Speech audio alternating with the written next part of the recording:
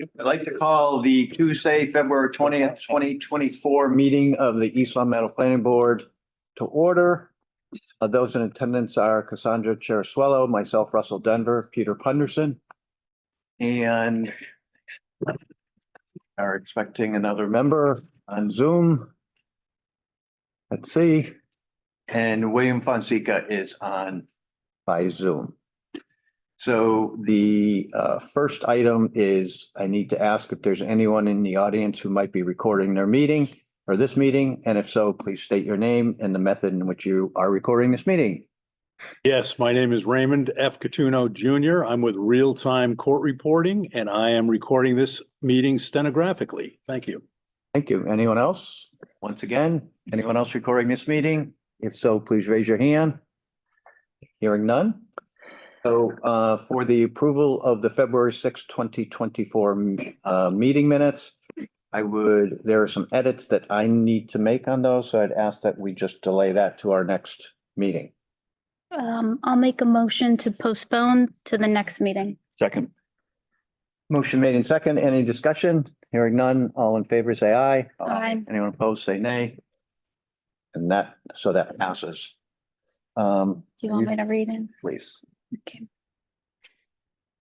Under old business case SP 2023-10, request for amendment of special permit granted to Doris Dental, a dental office at 281 Maple Street. Assessor's parcel ID 6-12A-2A, located in the Residence B zoning district. Applicant Glenn D. Goodman, Esquire, 82 Maple Street, Springfield, Mass. 01105, continued from 066-2024. Is a representative of the petitioner here?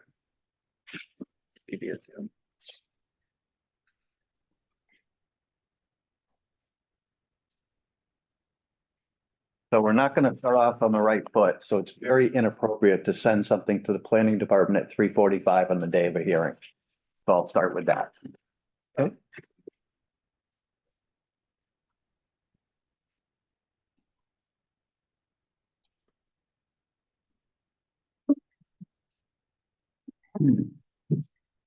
And if there's anyone in the audience for this matter and want to see the schematic that was provided this afternoon, I'd be happy to share it with you.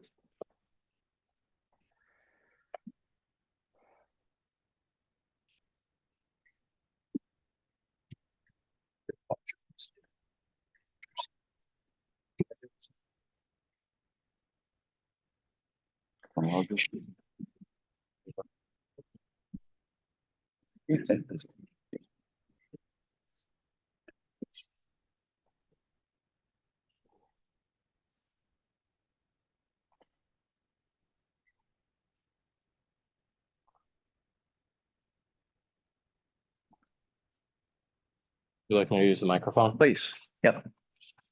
Why don't you just let everyone know who you are as well? I'm Julian Bukwinski from All Season Property Maintenance. Oh, it's good.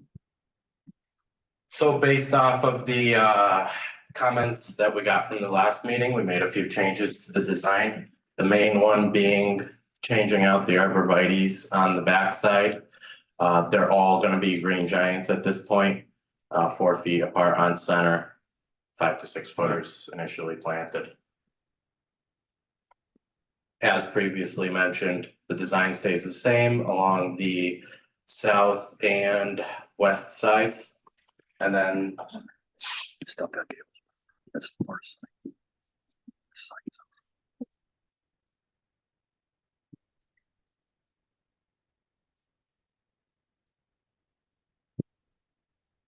we would like to also suggest a brief change. So on this side, we're asking to not put any privacy hedges, as it's really not blocking anything. There's a fence back here between the street, and then the neighbor's house is somewhere around here.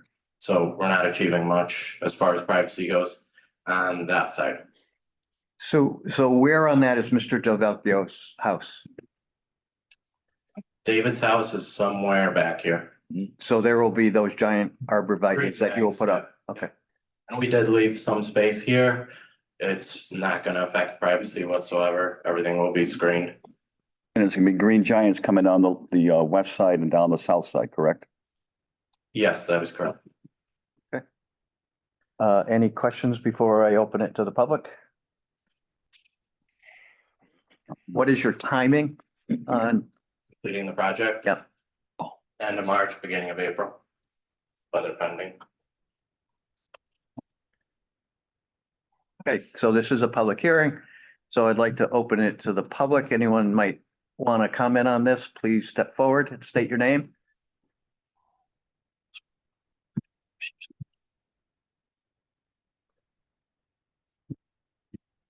I make a motion, excuse me 1 second. I make a motion to open the public hearing. A second. Motion made and seconded. All in favor? Aye. Aye. Aye. Sir, Yeah, I had a question. How far from the property line are those green giant abrevieties gonna be planted in? Is that person's property line? On which side? On the house side, you're planning them to provide. On the west and the north side? why don't you stand up and you can point to it on the, So on this side, you have about 20 feet. And then on this side, we'll have approximately 10 on center. Yeah, because those grow pretty wide and. Oh, yeah, absolutely. They'll need to be trimmed down the road. That's the plan. Are they gonna be kept at a certain height or are you just gonna let them down? We're not sure yet. They're gonna be planted at 5 to 6 feet. And then at that point, once everybody's happy, I would say at least 12 feet. Okay. sir, can you just sign in? Anyone else wish to be heard on this matter? Dave.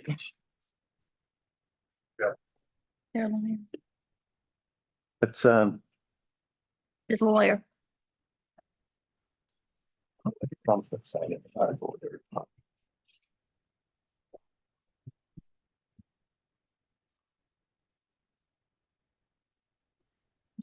oh, okay. Hi, everybody. Thanks to do. Roll call. Roll call because of the remote. I'll get to you in a minute, Mr. Goodman. That's fine. I just wanted to make a note that I spoke with, Can you speak into the microphone? So everyone at home can hear. my name's David Delvecchio. I live, in the rear of this, my backyard butts up to the doctor's backyard. This is my house, and this is my backyard. We spoke a couple of days ago in person, his real estate, his landscaper and the doctor. And, came to the conclusion that the larger, because I have these very small arborvitaes that I'm sure you've seen. Mhm. They were planted before the doctor was there, and they still are like this big. So they're gonna put in the same size. We agreed to leave a gap here so that he can come around the back and do maintenance back there. And there really is no problem over there, so I'm content. Okay, thank you. Mr. Goodman? Do you wish No, to? I just, no, thank you very much. I apologize. I was on mute. I was not accessing the meeting, but yeah, no, there was a little delay in meeting Mr. Delvecchio. That's why the drawings went in late. Because we were just wanting to make sure we accommodated Dave and his privacy issues. So do apologize that we did tender those documents later than we Thank did. you. Thank you. Sure. You need to sign in, please.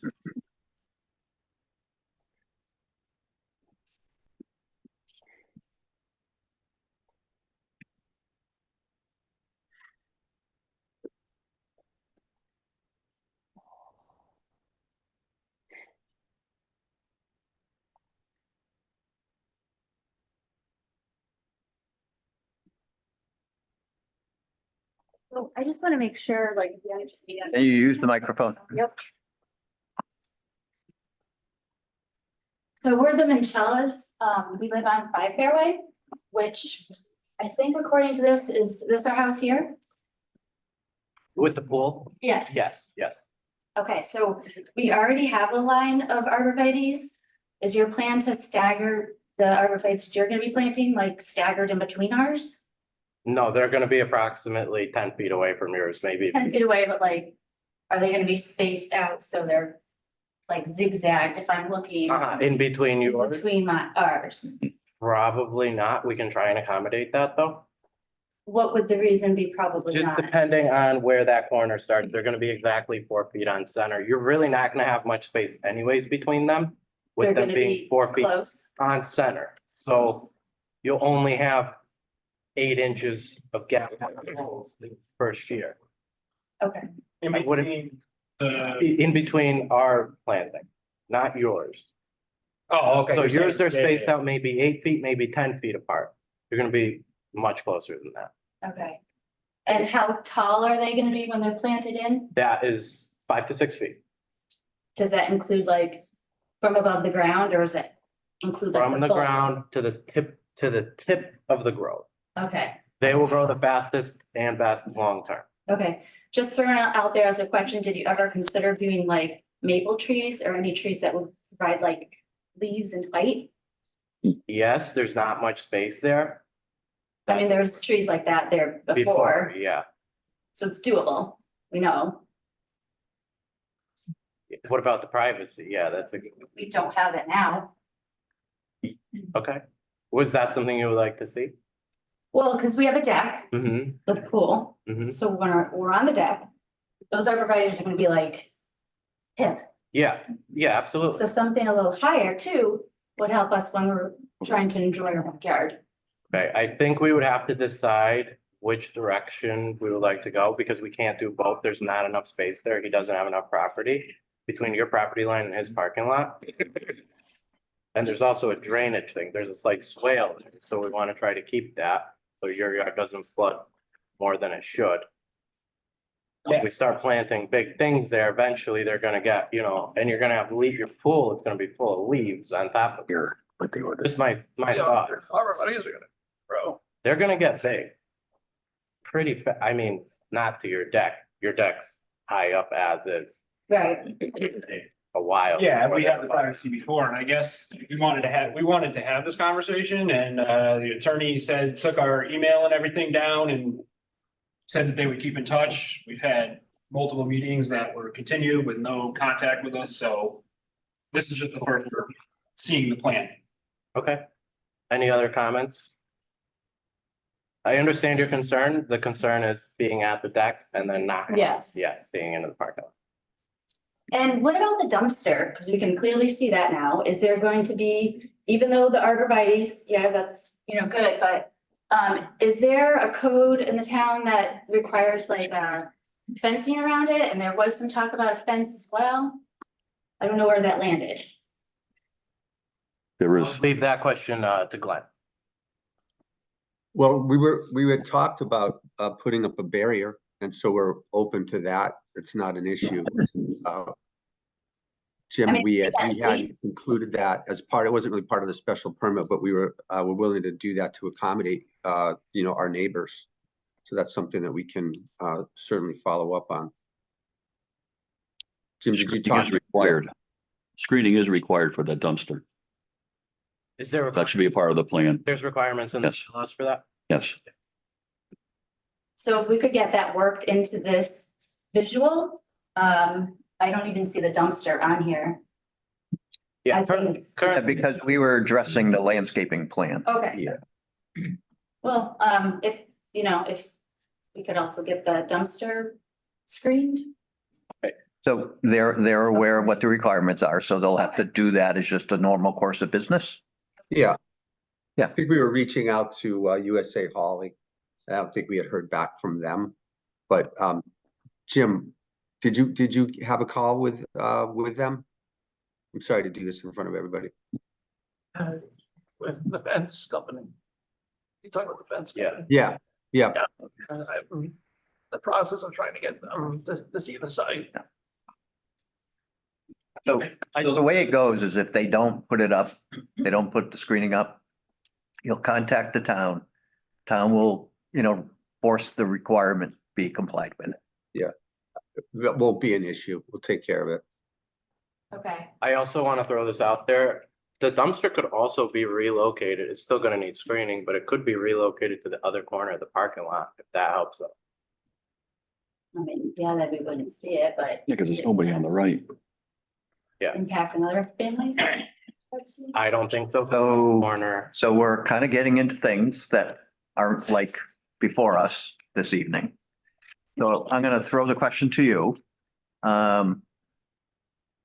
You've seen what the design is, the schematics. Do you want to go with that, or do you want to delay again? So you can have further discussions with the petitioner? I mean, you came to the planning board's been very forceful about trying to get this done by April 1st. So I'm going to leave it to you.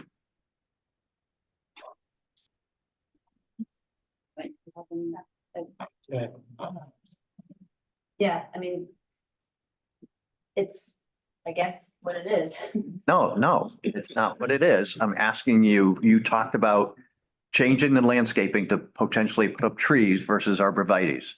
Do you wish to delay this another few weeks so you can have a discussion to see if you and the petitioner can make that happen? Or do you want to go with current schematic as presented? Is that even something that you would consider for the height for trees or anything like that? I mean, we were kind of waiting on. We wouldn't be able to do both. We can't have, Can I speak? it would be hard to do arborvitae's and trees at the same time in that area.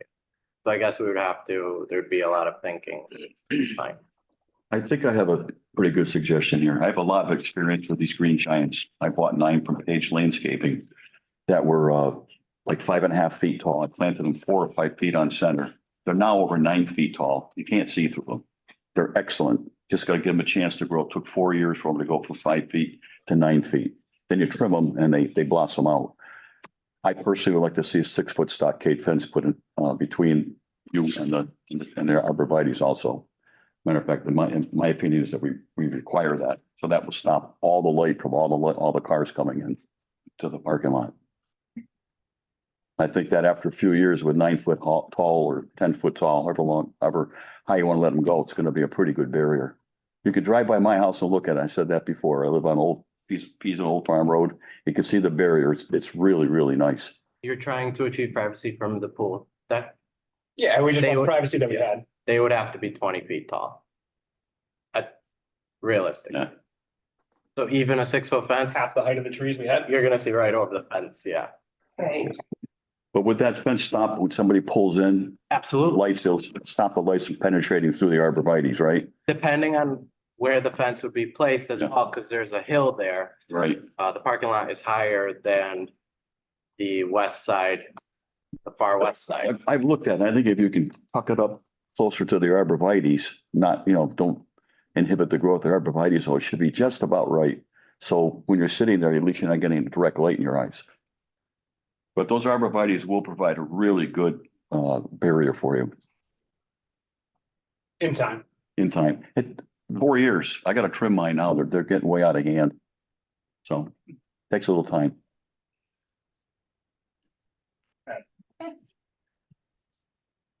Well, I want to know whether you want to delay it a few weeks so you can have further discussion. Or do you want to go with what is presented?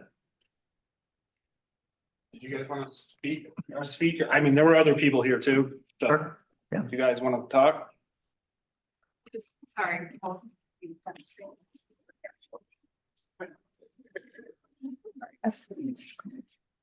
It'd be nice if we could have all talked about this, not wasting all these people times if you had communicated with us ahead of time, just throwing that out there. Michael, No. Okay. Yeah, I mean, wait appreciate the, for your stuff.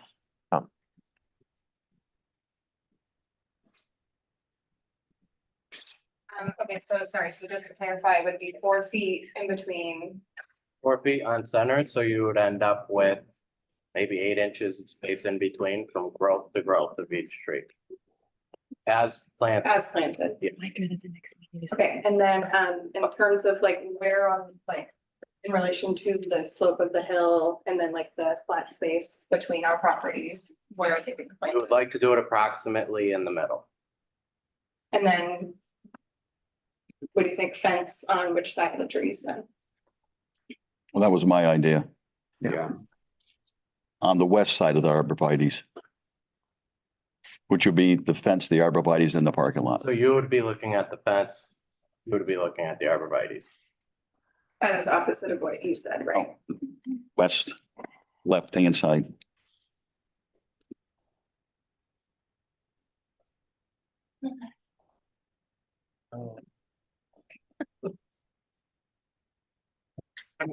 I have a question. Do you guys know what the setback is for a fence? It's gonna be 5 feet off the property line? It could be on the property line, can't it, Ralph? 6 inches. Okay.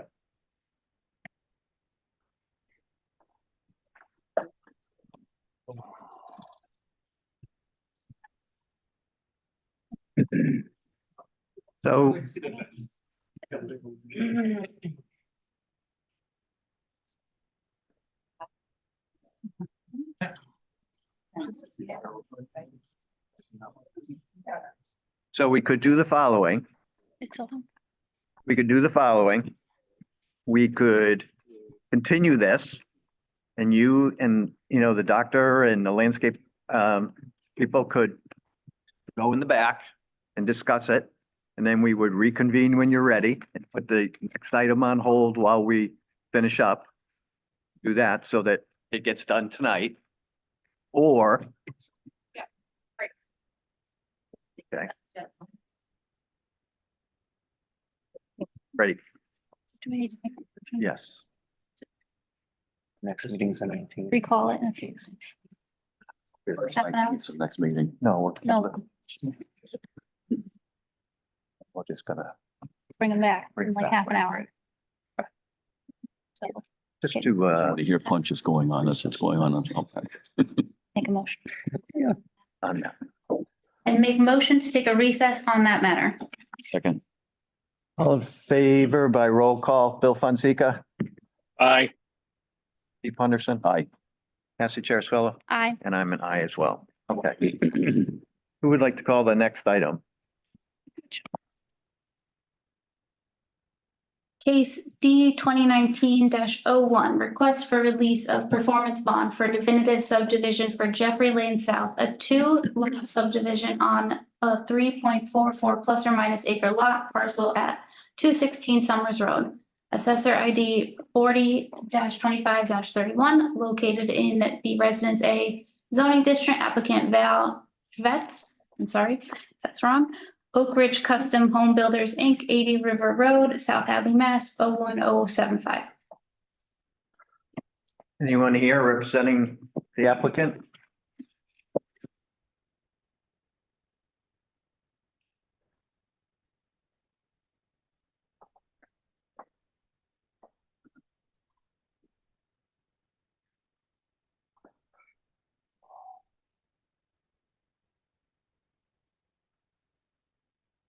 Hello. Hi, go ahead. Yes, hi, good evening. My name is Val Schwetz, owner of said property. We had filed an extension about 2 years ago, and so far we have not done anything to that particular lot. We are being sort of stranded in Southwick with a big development, and I have just no time for that particular lot. And my engineer took a look at this parcel and said that instead of paying the bond every year, we can just postpone it until we're ready and we can reinstate this again. That's my understanding. So my question is it possible for us to get a bond release, performance bond release for said property?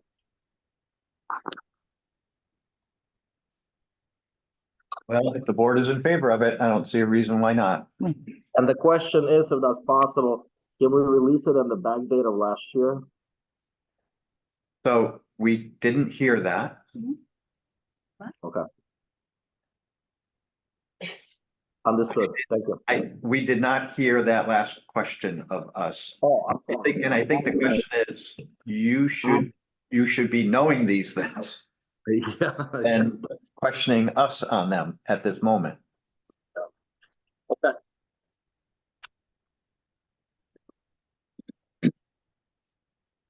I don't see any harm.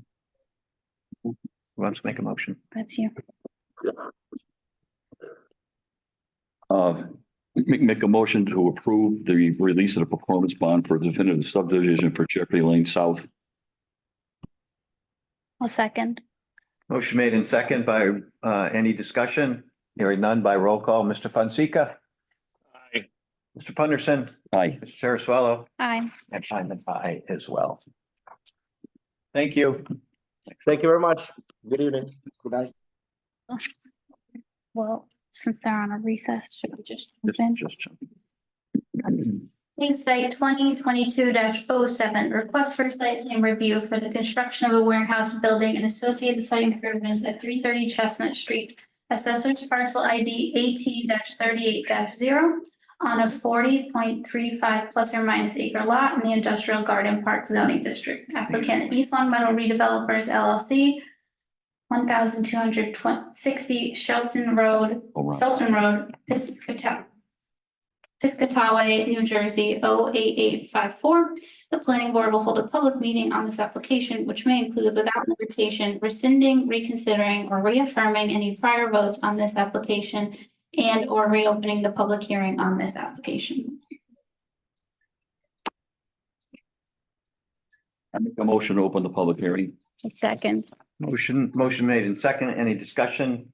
Hearing none. By roll call, Mr. Fonseca will not be able to participate in this matter. Mr. Henderson? Aye. I'm an aye. Aye. Mr. Saraswello? Aye as well.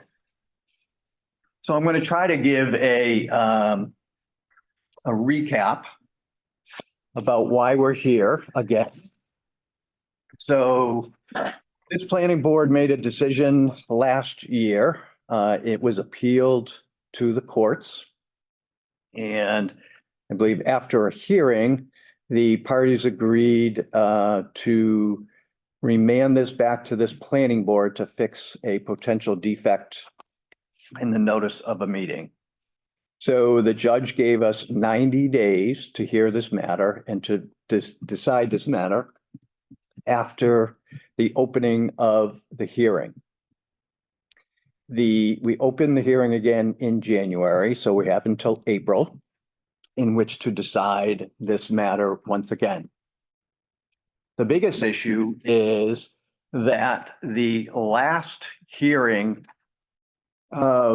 before the final vote last year, which was on June 20th, the courts decided along with the parties that all testimony heard during that hearing is now null and void.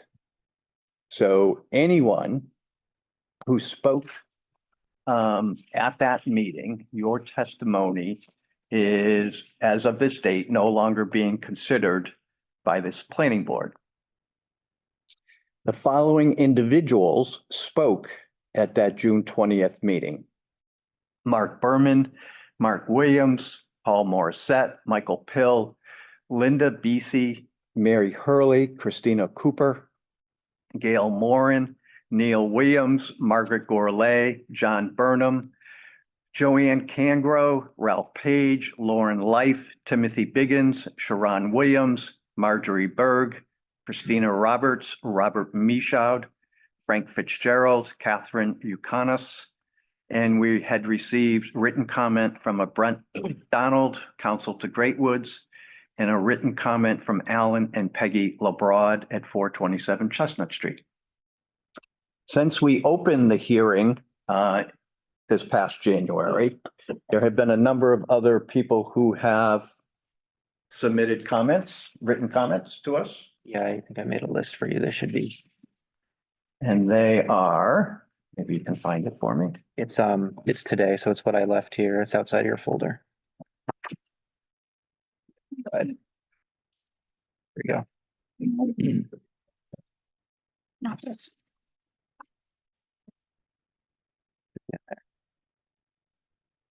There you go. And those people who have submitted additional written comments are Alan and Peggy LeBrod, Jerry Saletti, Thomas Santolo, Chris Williams, Brent McDonald, Richard Marble, attorney Rebecca Fancy, attorney Michael Pill, and Robert Michaud. The individuals who are residents of the town, I want to congratulate each and every one of you. Your comments were very well thought out and very well written. And as I indicated in a response to each and every one of them, that their comments will be part of the public record. So I want to put in perspective what this planning board can consider when reviewing site plans. So if any of you wish to speak about these issues, you can speak directly to any of the things that this planning board can consider as it relates to site plan. And these are all in the town of East Long Meadow ordinances. So it says, in reviewing site plans, the planning board shall consider the following: protection of the abutting properties and community to minimize any detrimental use of the site, convenience and safety of vehicular and pedestrian movement within the site and the relationship to adjoining ways and properties, adequacy of methods of disposal of sewage and refuse, and drainage of surface and subsurface water, adequate means of protecting wetlands, watersheds, aquifers, and well areas, provisions for off-street loading and unloading of vehicles incidental to the normal operation of the establishment, parking, lighting, and internal traffic control, provisions of open space consistent with the town master plan concepts, protection of agricultural land within the proposed development and minimization and development impact on abutting agricultural land, and the layout of design features such as vegetative buffers within developments which will integrate into existing landscape, consistency of the proposed development with the master plan concepts, and compliance with the provisions of Mass General Law 40A and the subdivision control law, the rules and regulations of state and federal agencies, and the bylaws of the town of East Long Meadow. When we take a final action on this matter, it shall consist of a finding of the proposed project will constitute a suitable development and will not result in detriment to the neighborhood or the environment, or a written denial of the application stating the reasons for such denial. Approval may be made subject to conditions, modifications, and restrictions as the planning board may deem necessary, and any construction, reconstruction, alteration, or addition shall be carried out only in conformity with such conditions, modifications, or restrictions, and in conformity with the application and site plan. With that said, the last few hearings we've had have, we've had some contentious issues come before the planning board. And so I have started making the following comment before each public hearing that we might potentially find some contention with. This will be a civil hearing. People will be civil in their comments. There will be no yelling, screaming, insults, personal insults to anyone who is presenting. This is not Washington, D.C. We're not Republicans and Democrats fighting with each other. We are the town of East Long Meadow. And as such, I expect every person in this room to be civil. People will not jump up, get behind someone, and when that person is done, say, no, you're out of order and you don't know what you're doing. Because you will be, I've never used a gavel at any of these meetings, but if I have to, I will, and I don't want to. I believe that we're all adults here and we can have a civil discussion about the issues that I just pointed out to you that this board can consider on this site plan. And with that, before we ask anyone from the public who might want to address this board, do any board members have any questions before we open it up?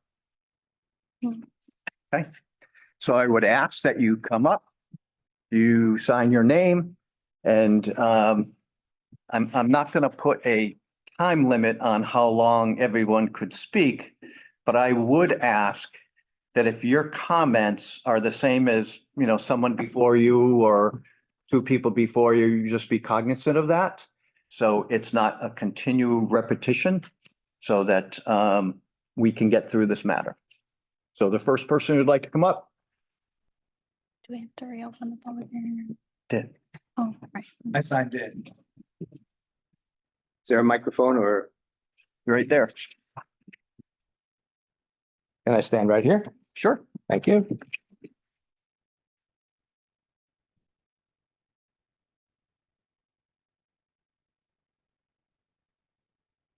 Here we go. My name is Neil Williams. I live at 62 Prospect Hills Drive. I've lived there for 28 years. And recently there have been two big issues in town. One of them was a new high school in the pool that was proposed by the town. And we had a referendum to approve it, and we approved it. There's an enormous upside for the town, even if you're not in favor of that. I personally am not in favor of the natatorium. But everybody in town is going to benefit from this. Whether you voted for it or not, it's good for the town now that it's going to happen. I may never, ever go into the pool or may never, ever go into the high school, but I'm going to benefit from it because our students are going to benefit from it and the town's going to benefit from it in the long run. People are going to want to move here. The downside is, of course, that our taxes went up. Perhaps $850 per household, more or less, depending on your house. Neil? Yes. This is not about the high school. This is Okay, it's a contrast.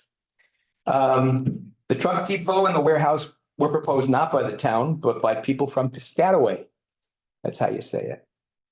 And Piscataway, that's not their home branch. Their home branch is in Delaware. So we have people who don't really, they call themselves East Long Meadow redevelopers. I don't like the name of that at all, since they're from Piscataway in Delaware. No referendum for that. There's really no upside for the town, perhaps from the initial sale. And the tax revenues are barely going to make a ripple in our $70 million budget, or maybe it's more than that. There's no direct benefit to anyone except people from Piscataway. The stakeholders who don't live here, maybe, or maybe some of them do live here. I don't know that. Maybe some got persuaded to move. But people in the town are not going to benefit from this at all. The high school, as I said, has an enormous upside. This has a tremendous downside. Traffic congestion, noise, pollution, road damage, and in my opinion, public safety is the worst of it. There's little cost to the town for this, but then bad things are often free. This is going to degrade the quality of life in our town. There's no doubt about it. And there's a whole bunch of people here. Nobody's jumping up to speak, so I'll give you a chance. Is there anybody here beside the stakeholders who really want to see this thing? Good, that's 4. And 84 who don't. Will there be jobs? Yes, but the big jobs are going to go to the people from Piscataway. Not going to go here. The jobs that are going to be here are entry-level jobs. It's the same as if we allowed McDonald's to come in. Apart from fewer safety and road damage concerns, McDonald's has the same downsides: entry-level jobs, traffic congestion, noise, and pollution. And I've only been here 28 years, but I've heard over those 28 years that McDonald's has never come in here. So they've blocked McDonald's forever, but they're thinking about letting this thing in. At least at McDonald's, the kids have a chance to hang out. I have a chance to get a hamburger. But when this depot comes in, there's going to be no Happy Meals and there's going to be no happy residents. I urge the planning board to vote no. So, excuse me for just one moment. Yeah. Where's Fields of Chestnut Inc. Incorporated? I think it's in East Long Meadow.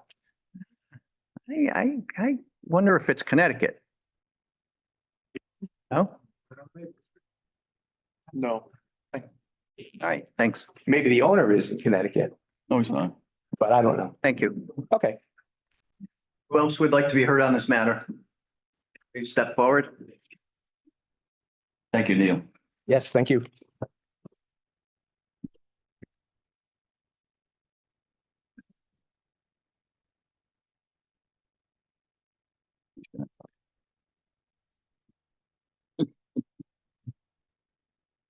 Hi, cheaters.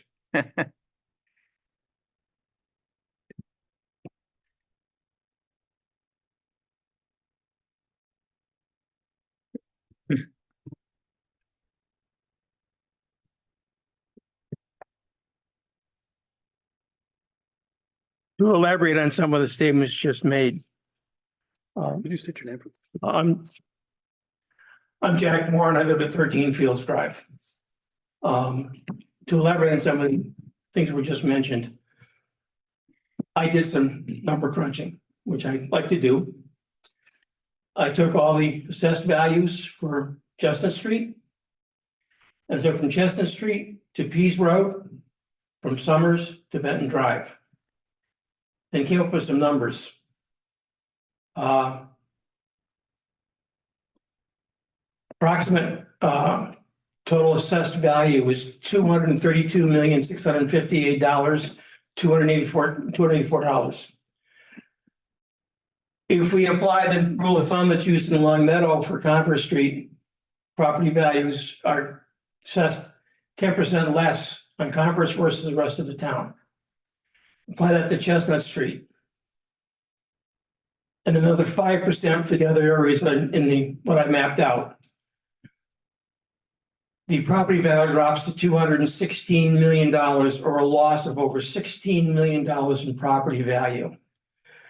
This equates to a loss of $307,000 in property tax revenue. If we take the numbers from Thompson Tello, who did an excellent job in analyzing the situation, that's a net property tax loss of $78,000 to the town of East Long Meadow. Absolutely no benefit there. We've mentioned the traffic problems many times. We've had the most excellent testimony from Mr. Bolduc, one of the leading best truck drivers in the country. It's going to be dangerous. I'd like to remind everybody here of June 27th, 1994. We have a perfect example of what happens with a vehicle versus a truck on Shaker Road. Two young girls from Wilbraham, ages 18 and 17, died in the car that they couldn't get out of because the car had been hit so bad they couldn't open the doors. They burned to death. Many people in this town had to experience their screams. And I've heard the horror stories from people on the scene. I saw it. You were there. We have the opportunity to prevent that type of tragedy. That is what we have to consider today. Truck coming down Chestnut Street in the wintertime is not going to be able to stop. In the leaves in this fall with rain, it's not going to stop. Pedestrians trying to cross Chestnut Street on the walking trail. You cannot judge the exact speed of a vehicle coming at you. You're going to rely on landmarks that you know normal speed is going to give you time to cross at. My father was killed because of somebody speeding in Agawam.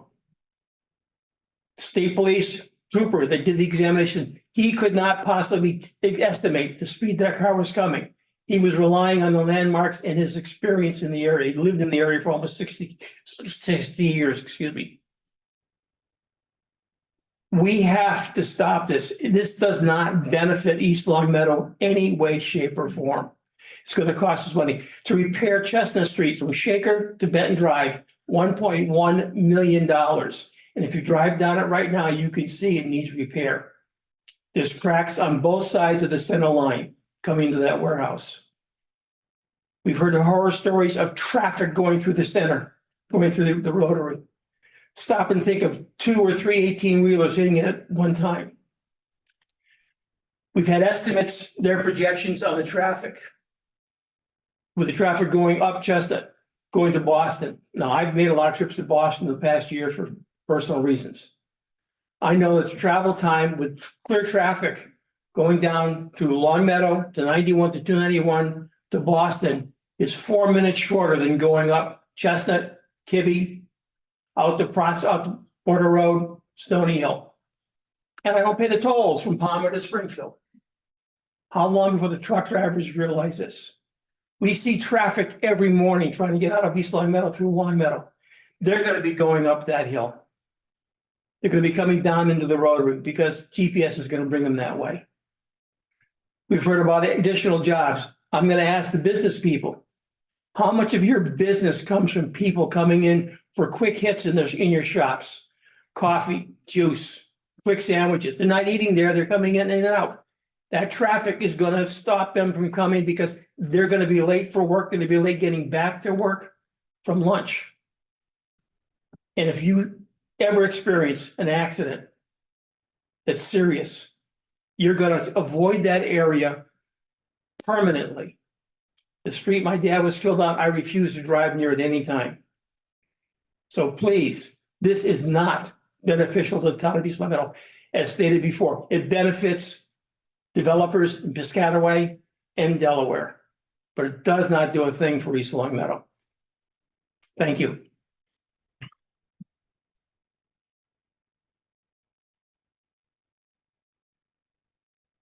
Anyone else like to be heard on this matter?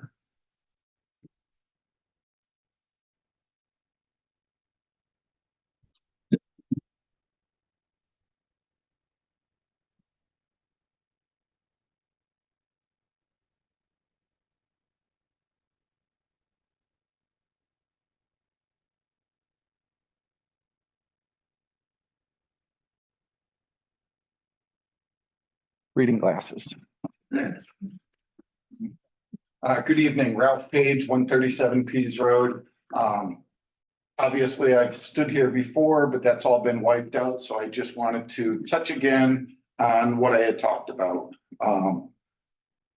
So a couple issues. The first thing being a past planning board chairman, I do know that this is a by right use in the correct zone. And I do understand, I understand the amount of traffic and all that this is gonna cause. But I think that going into the future, if we're going to deny warehouses in the industrial garden park, the planning board should take a look at our zoning bylaws and see if they need to be adjusted, maybe the use, the capacity or something like that, so that we don't have applicants who own property coming in for something they think is by right and getting turned down. That's just one suggestion. Another, I know we had talked about mitigating traffic at Shaker Road and Chestnut Street. And the thought was to have everyone come out, exiting 330 Chestnut, taking a right, going to Shaker, taking a right. And I know it's under the planning board's purview to suggest mitigation factors. So I would suggest that we look at, if we're going to make a right-hand turn only, which I do not think is the right way to go, but if we choose that, that we ask for the engineer, the traffic engineer, to relook at the traffic study, knowing that all traffic exiting, we are asking for it to go that way. I had suggested that at the rail trail, a motion sensor for the pedestrians be put in.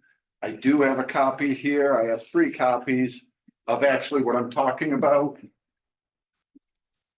And what it simply is it goes along the rail trail so that people aren't required to go up and push the button, that the lights flash automatically when they're walking on the trail.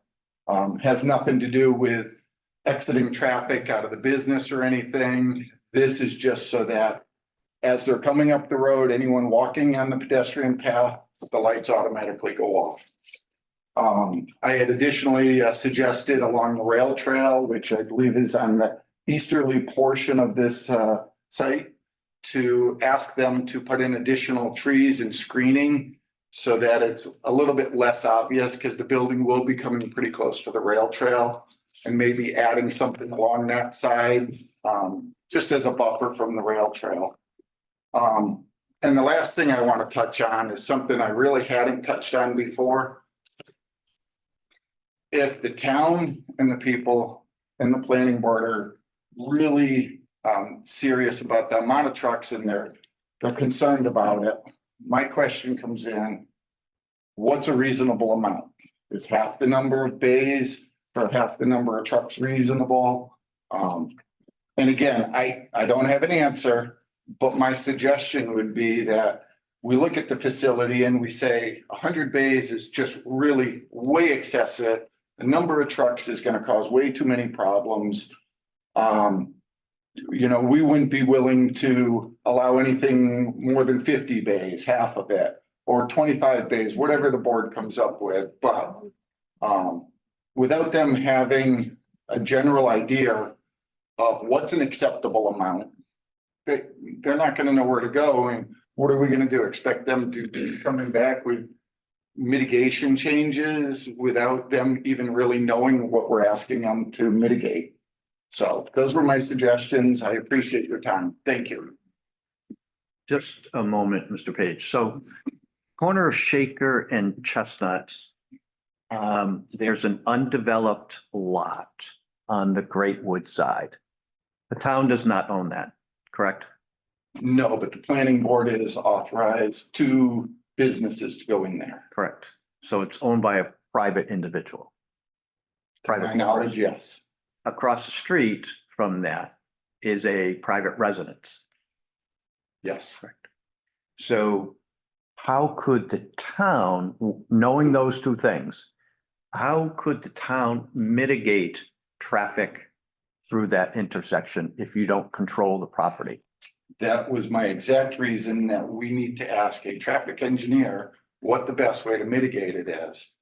You know, we've asked them to do a study, but we didn't even tell them that, hey, we're gonna direct all the traffic coming out to this intersection. So he did a study based on roughly 50-50, I believe. Half of the trucks coming out turning left, half going to the right. And then once they got to the intersection, I believe he said 8 or 10% would take a left and go towards the rotary, or some would go up the hill, some would go this way. Again, it may be that the intersection needs to be widened, and in order for the developer to do that, they may have to look to purchase land to widen it. I mean, I would find that difficult to believe because most streets are developed in such a way that they put the curves on for buses, fire trucks, tractor trailers, and they make sure that they meet the criteria before the streets are allowed to be built. So I would assume that our streets meet the criteria. And it would be very difficult, I would think, to make someone widen a street that already meets criteria. But again, I would only be guessing because I'm not a traffic engineer. Thank you. Thank you. Is there anyone else who would like to be heard on this matter?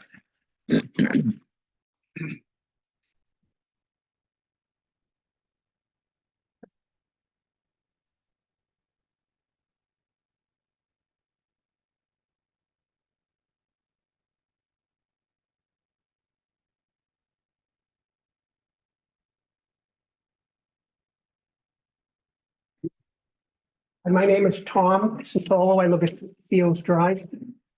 I have a couple of questions, if I may ask them, pertaining to the total square footage of the building. Can I ask that question? Yeah, I believe it's 562,820. I just want to verify that, I want to question, are there any elevated floors in the building?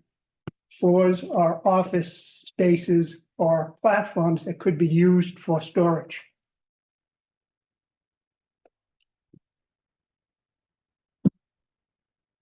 Please introduce yourself. Good evening, Rob Levesque from our Levesque Associates. There are, I believe, some office areas at the corner of each of the building, the 4 corners of the building that will have multi-story office areas.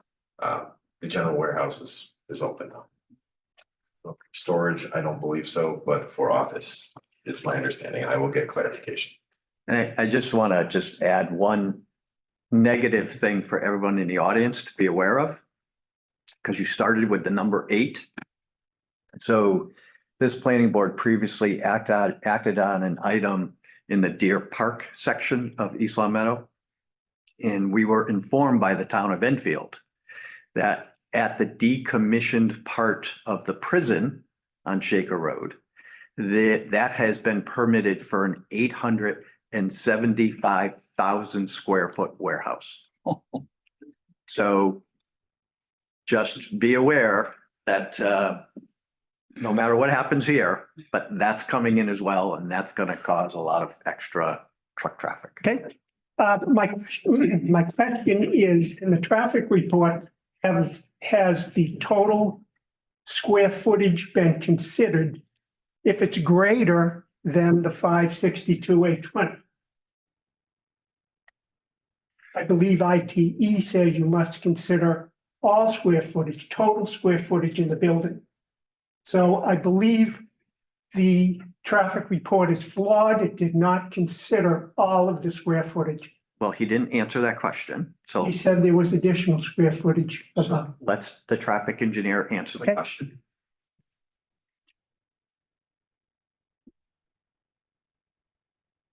Repeat the question. We were discussing. Is, you, Rob Levesque again, I believe the question is related to the potential for additional stories, mezzanines, et cetera, within the building, and whether there was additional storage.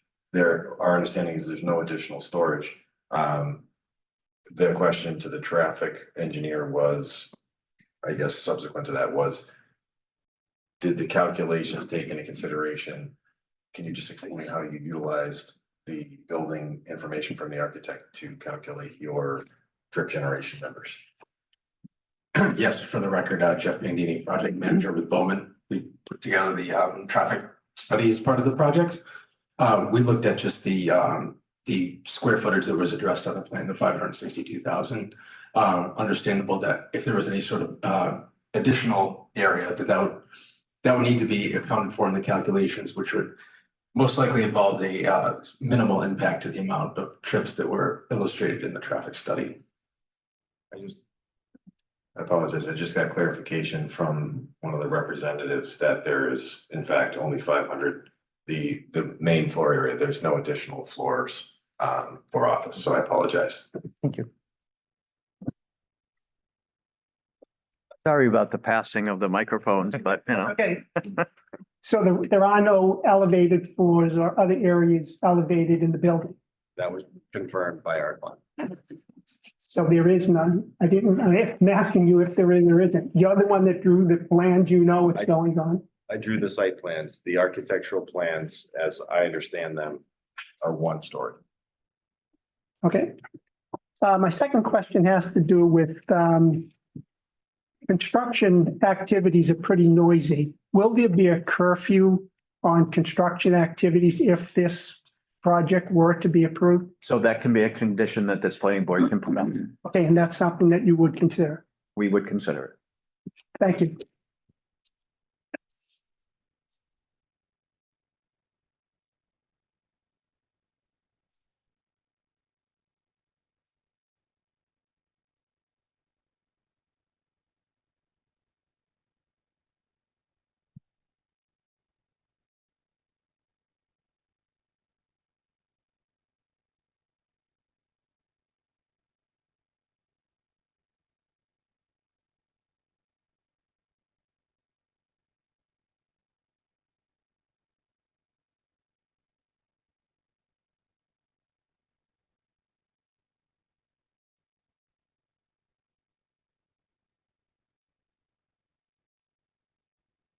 Good evening. Like Ralph Page, I'm not sure what State your name for the record. Yes. My name is Jerry Saletti. I live at 385 Chestnut Street. Like Ralph Page, I'm not sure what is still in the record and what's not. So I prepared something to read to the board and the community. My name is Jerry Saletti. I live at 385 Chestnut Street.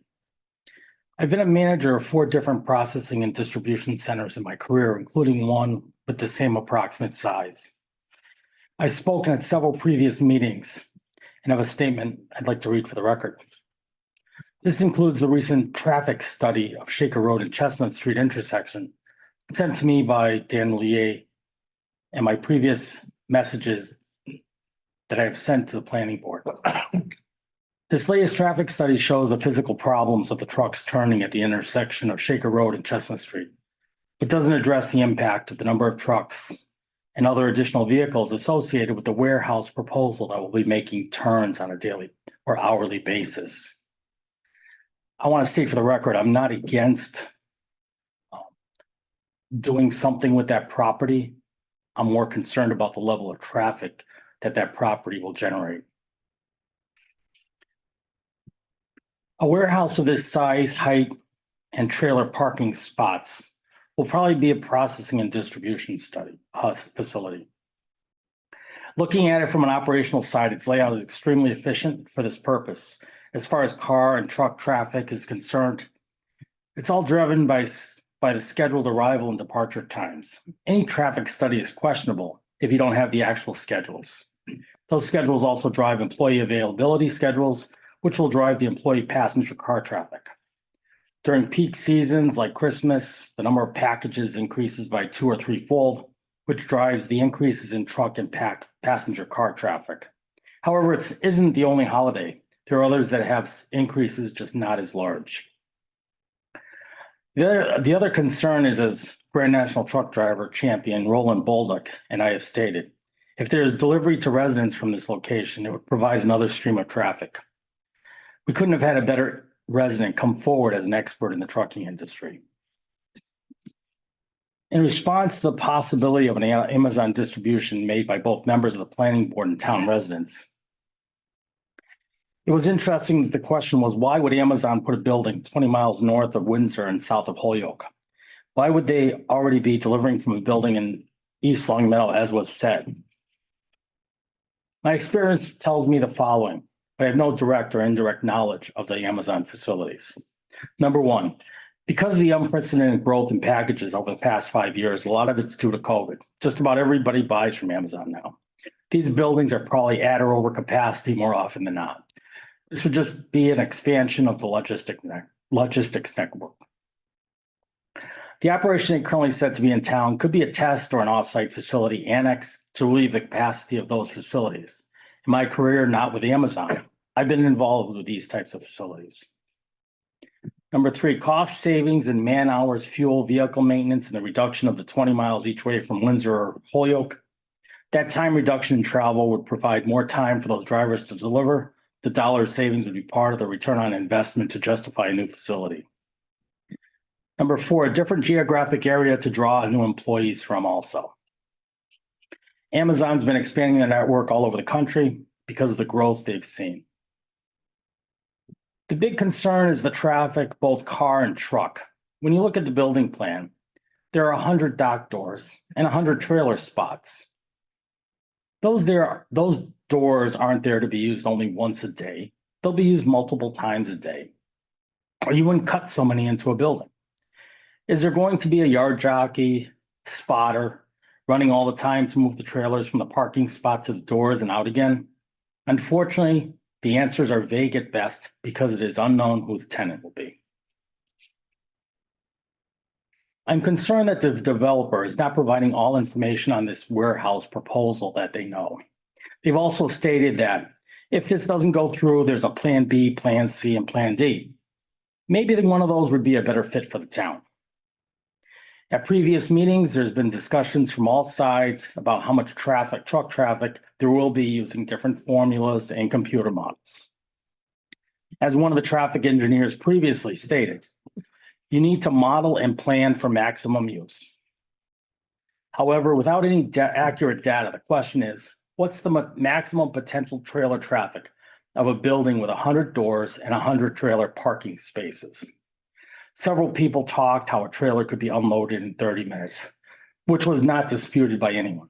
Assuming it could take twice as long, at an average of 60 minutes to load or unload. And if the building is a 24-hour operation, that's 100 trucks an hour or 2,400 trucks a day moving in and out of that facility. If the assumptions by a developer are inaccurate, what's the fix for the town when a bigger impact occurs? Instead of the 300 or 400 trucks that it might be, as they say, it's 800 or 1,000, which is not unrealistic. This warehouse proposal will affect more than just Chestnut Street, where the entrance and exit is. It will have impacts on all the intersections that were discussed and the rotary. You might see the auto traffic shift to other streets in town because of the delays caused for the traffic on these intersections or on Chestnut Street. For town officials, I have the following questions. Number one, was a traffic study done of the intersection when the Shell gas station was built? If so, what did the results show, and did it prove accurate? What impact will there be on either end of Chestnut Street, Denslow Road, Maple Street, Dwight Road, William Street, and Commerce Street? What did the traffic study show when the medical facilities were planned for at the intersection at Maple, Dwight Road, and William Street? If so, what did the results show and did it prove to be accurate? Are there any actual traffic counts for any of the streets involved? Is there a current street in town that currently has the amount of vehicle traffic that is projected for Chestnut Street? Is there any intersection in town that currently has the amount of vehicle traffic that is projected for these intersections? I was told by Ralph Page tonight that there is a traffic report with 290 pages to it. I'm wondering where it is. If anybody can email a link to that, I would appreciate it. And again, for the town planning board and all town employees, I appreciate all that you do to support our town. The decisions you make affect lives and will last lifetimes. Thank you.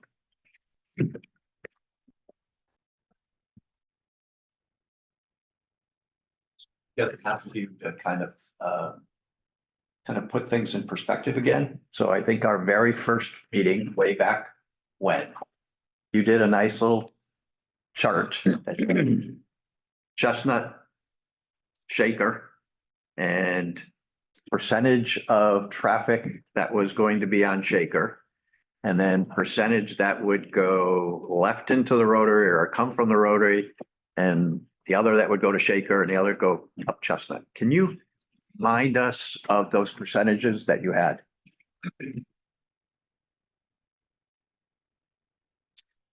Thank you again. For the record, Jeff Bandini, project manager with Bowman. So just at a broad brush level, we did include a lot of the intersections that were mentioned. Answer my question. You got it.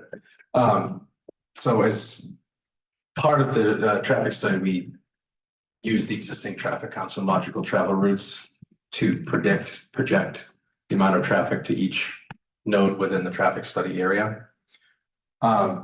We projected to William Street 20%, Dwight Road 20%, Shaker Road south of Chestnut 20%, and towards the Rotary 20%. Again, recognizing that there is concern with heavy vehicle traffic towards the Rotary, we revised the heavy vehicle traffic numbers to reassign some of those heavy vehicle traffic distribution numbers and projected those to 25% heavy vehicles in Dwight Road, 25% on William Street, 20% in Chestnut Street east of Shaker Road, and 30% south. So no traffic was projected to and from the Rotary because we understand the concerns that were raised by the residents and the board. Thank you. Thank you. Hi, my name is Paris Oxner. I live at 40 Fields Drive. I just wanted to share a little story that happened to me the other day. I was going down Chestnut and I wanted to take a left onto Benton to go to the post office. So I was at a red light.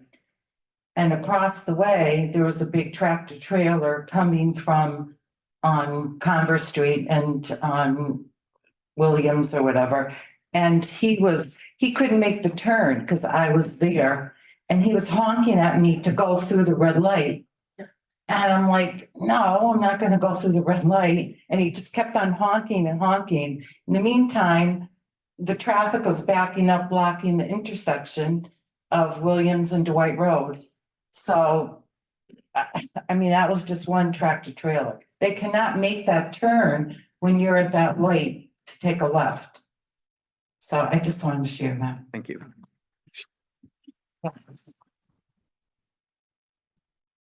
Would anyone else like to be heard on this matter? I'm one of the four.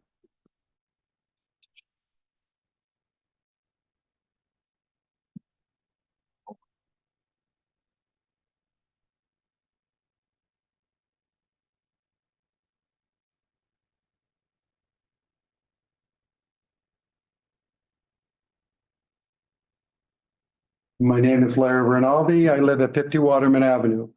And for the better part of my 70 years, I've lived in this town. And to address traffic, when I was a kid, or maybe a little older than that, we had capacity manufacturing at Melton Bradley, at Package Machinery, at American Saw. There were tons and tons of trucks and cars and traffic was backed up for a half an hour when Melton Bradley got out. We all survived. We all lived. They paid good taxes. They supported great jobs, and the town was beneficial for that. We're in an age now where we don't have the industrial capacity that this town used to have. Yet the tax structure was set up so that it would be partially industrial and partially residential. And the industrial is anything but decreased in the years. And we've had this location of packaged machinery. People look at it left and right for all sorts of projects. And yet we end up talking about traffic and parking spots, et cetera, and we don't get the taxes for this property. And we are getting a new high school and pool, which I voted for. And it's going to cost us taxes. And we need to increase our industrial, because when we increase our residential, we also increase the cost of supporting the people in town. For example, a family moves in with 3 kids, we're talking 30,000 in taxes in order to put them through the school system. So you put 50 houses on there, we're going to end up paying more taxes with a smaller base. So we need more industrial. I moved to this town as an adult, knowing that it was not a bedroom community. End of that one. Okay, for as far as traffic is concerned, I'm one of those people that walk the rail trail every single day. And I can tell you that the section where the light is blinking on Chestnut Street is a hazard. I have almost been hit multiple times. People don't stop at that blinking light, and these are cars, not trucks. People speed down that road, especially in the morning going to work, both ways. The car that almost hit me was at a red light coming down the Chestnut Hill, going through the intersection, and in 2.5 seconds was right on my ankle. I mean, so I look forward to tractor trailer traffic stopping this road rage that we see going on right now. Okay, and as far as Industrial Avenue, where you do see tractor trailer, those truck drivers are the most courteous drivers that you'll experience as a pedestrian crossing the road. And they are courteous, they stop. There's going to be I'm looking forward to tractor trailers, to stop this traffic, because if anything, Please quiet Dine. Yeah. While he's speaking. Yeah, I know I'm part of the minority here, so it doesn't matter. We're not a bedroom community. We have never been a bedroom community. We've always been a mixture of industrial, residential, stores and all of that. And that's the community that we live in. And I know that over the last 10, 20 years, it seems like anytime anybody wants to come in town and do something non-residential, it doesn't happen for one reason or another. There's good ideas about the center that isn't happening. And this guy is playing around with an ice cream shop now in order to get your favor. But, that's not what he wants. He wants his condos. And why not? I mean, it's traffic. Let's Yeah. stick to this. I just think I love living in this town, and I look forward to the warehouse, even though I don't believe it's going to happen. Thank you. Thank you. Anyone else like to be heard on this matter? The board here. Oh, sorry. Want the microphone? Yeah, no, yes. She has to sign this. Well, correct? Please.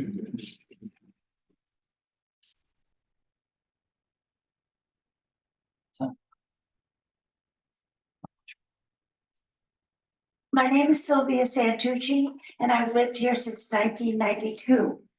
And I'm listening to all these wonderful comments that everyone is making.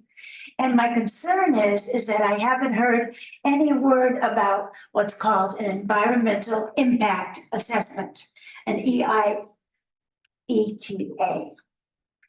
And to me, it's wonderful that we're talking about traffic, but we're not talking about the environment. We're not talking about health, safety, water, air quality, and an environmental impact assessment would cover all of those areas.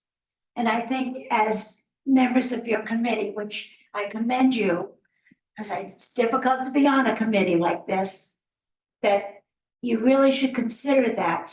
There are companies that are trained to come into a town when something like this may be happening and give their assessments on all of those different areas. And there is a website that you could go to read about it. It's ocm.com. And maybe you might want to consider that. Thank you. So I just want to respond to you. So at previous hearings, those issues have been raised. There have been submittals to this board on a number of those topics that you raised. So we are taking that into consideration. Thank you.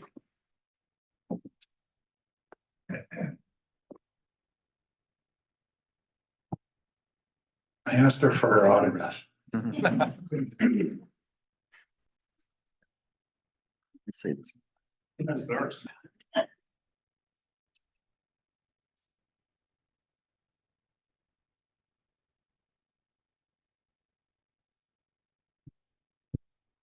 My name is Roland Bolda. I live at 110 Smith Avenue, right here in town. I'm a transplant. I came in 36 years ago. And the streets in this town have not changed one iota. I don't know when your streets were planned, but when your streets were planned, it was probably in the 30s and 40s. In the 30s and 40s, the average trailer was 28 feet long. That's what they used if they didn't use what we call a straight truck, not a tractor trailer. In the 40s and 50s, they went to 45 footers, 60s, they went to 48 footers. Today, 53 footers. There's actually a plan out there for 60-foot trailers. I've seen them. Haven't seen them in person, seen the pictures. They look kind of weird, they're so long.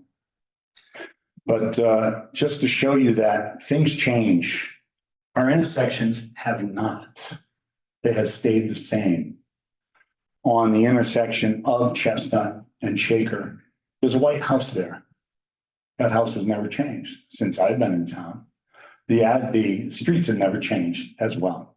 So just to tell you that when you're talking about tractor trailers that used to be coming and going for the manufacturing warehouses that were in town, you've never had a distribution warehouse in town that I know of, that I've been here.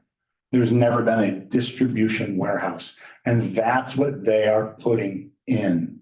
You do not put in 100 doors with so many parking spaces for small vehicles as well. And it's the small vehicles that also scare me. When you start talking about 40%, 25%, 20% in every direction, what's going to pop up on that driver's GPS is the way he's going to go, not a percentage that you are guessing at. I can tell you right now, you're probably going to get 5% to climb the hill at Chestnut, if that, and they're going to be lost by doing it. On your opening statement, you were asking the crowd to be civil. And I can't agree with you more. When someone screams, you're paying attention to the screaming and not the words that are actually coming out of that individual's mouth. But when you threaten the quality of life or safety of your family or loved ones or community, it raises emotions. But you're right, there's no place for high emotions in meetings like this. But that's what you're doing when you're going to bring in 378 was the last number I heard of trucks in and out.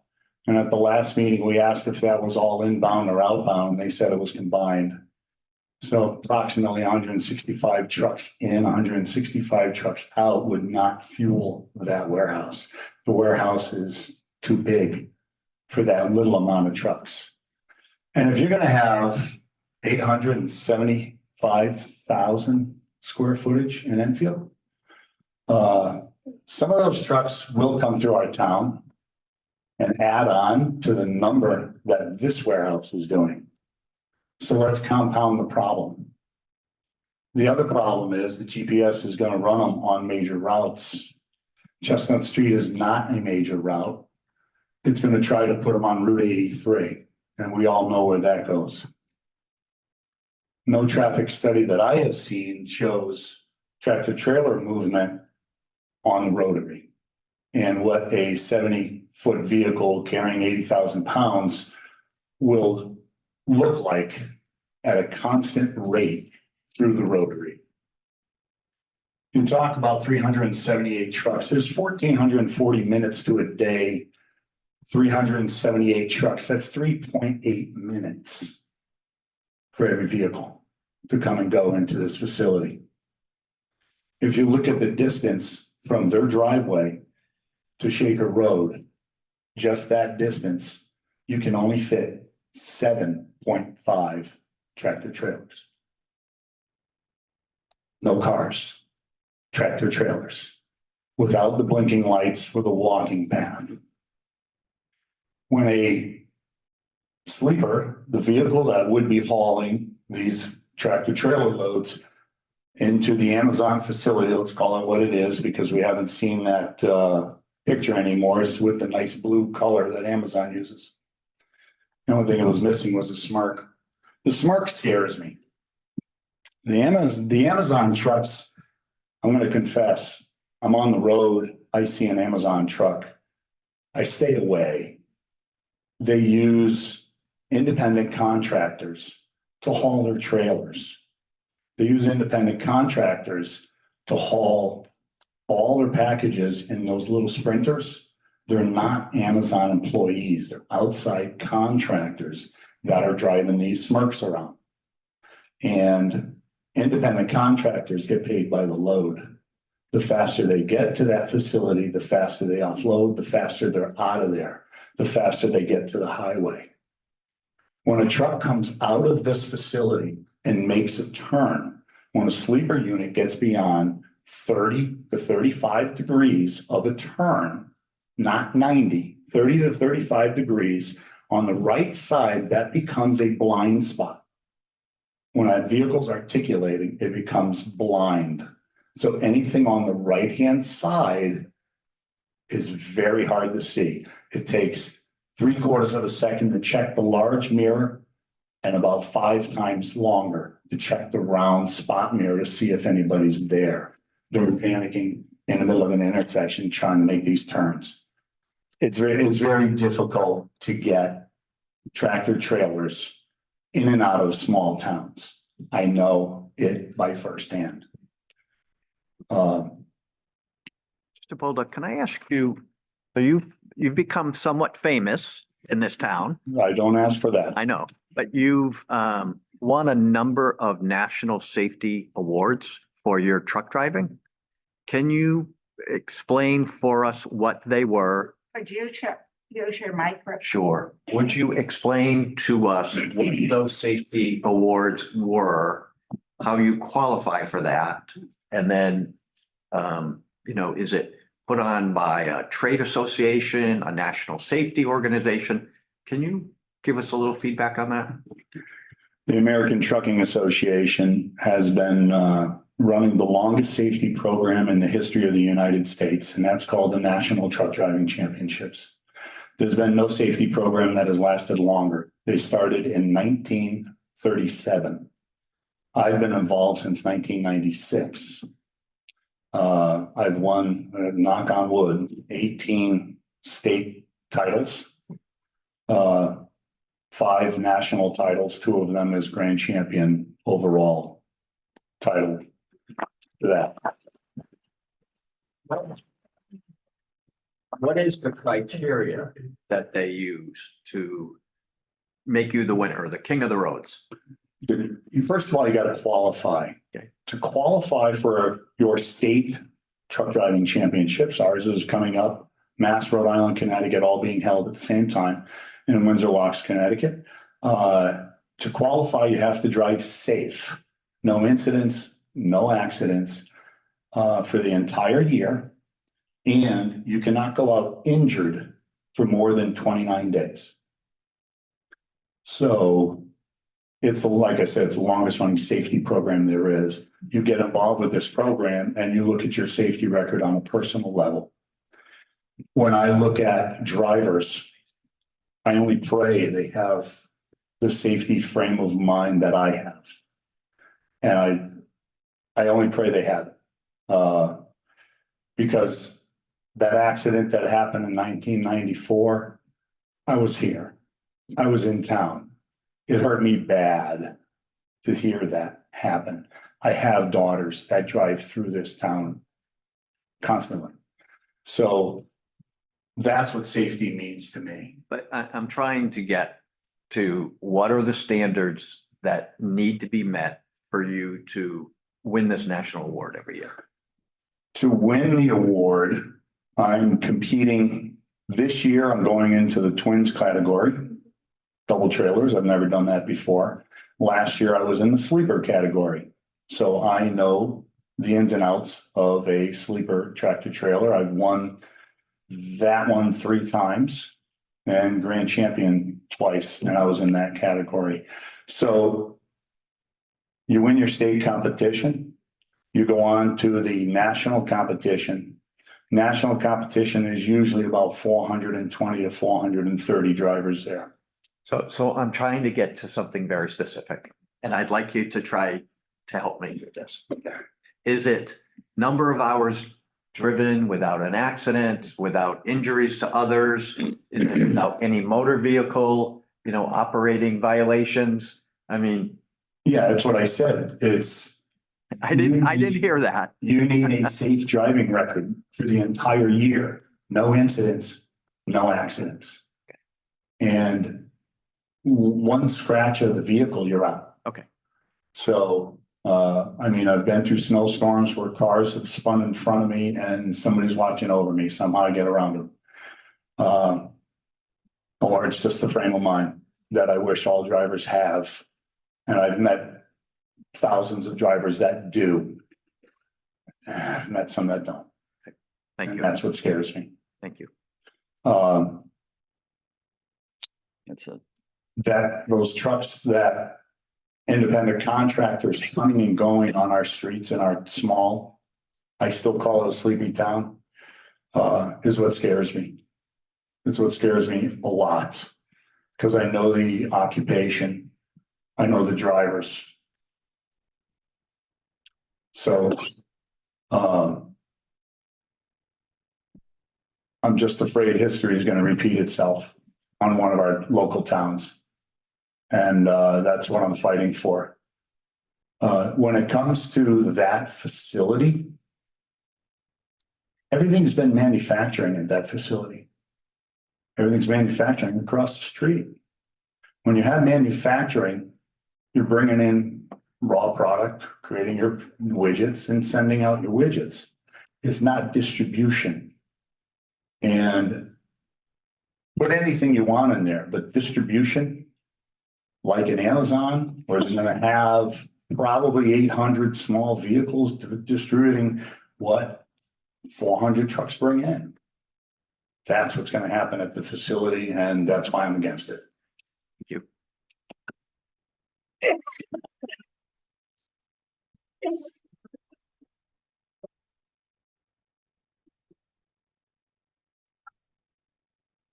So at our last meeting,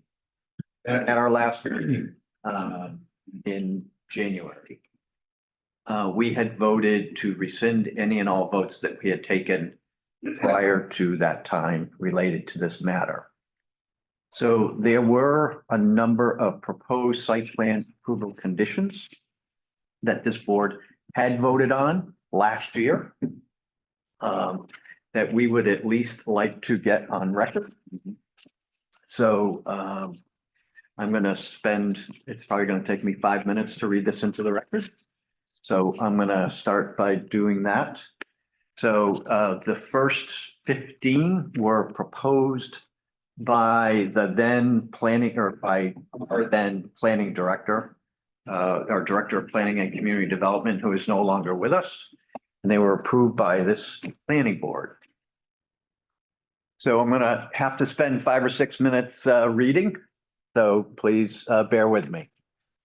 So 1, no building permit shall be issued until notice of this decision of the planning board has been recorded in the Hampden County Registry of Deeds within the chain of title of the affected property and noted in the registry's grantor index under the name of the owner of the land upon which the proposed use is to be utilized.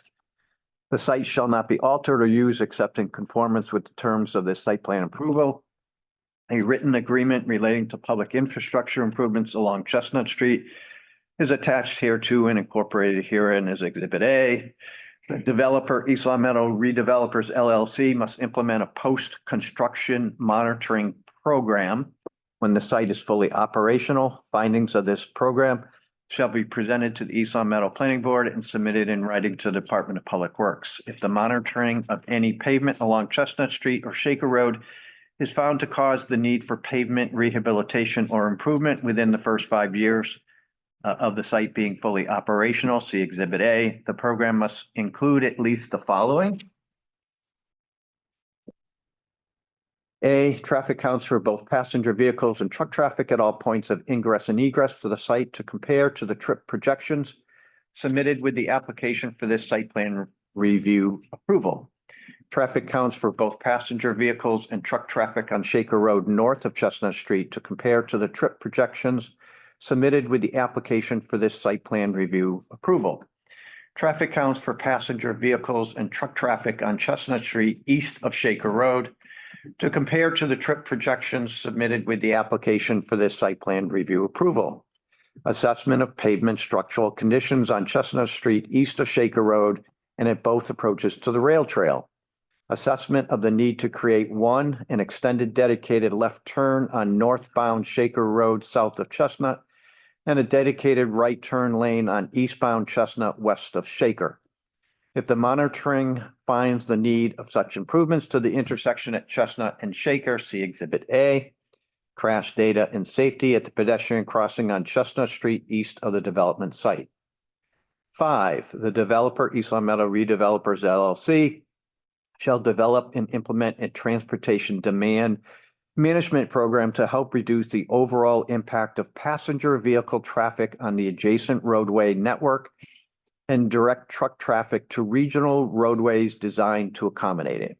The developer, East Long Meadow Redevelopers LLC, must consult with the Pioneer Valley Transit Authority to evaluate the need of service at the site as part of the transportation demand management program.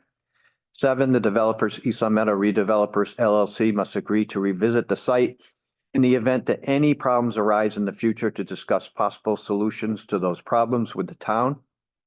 8, duly authorized agents of the town shall have the right to enter upon the premises to ensure continued compliance with the terms and conditions of this site plan approval.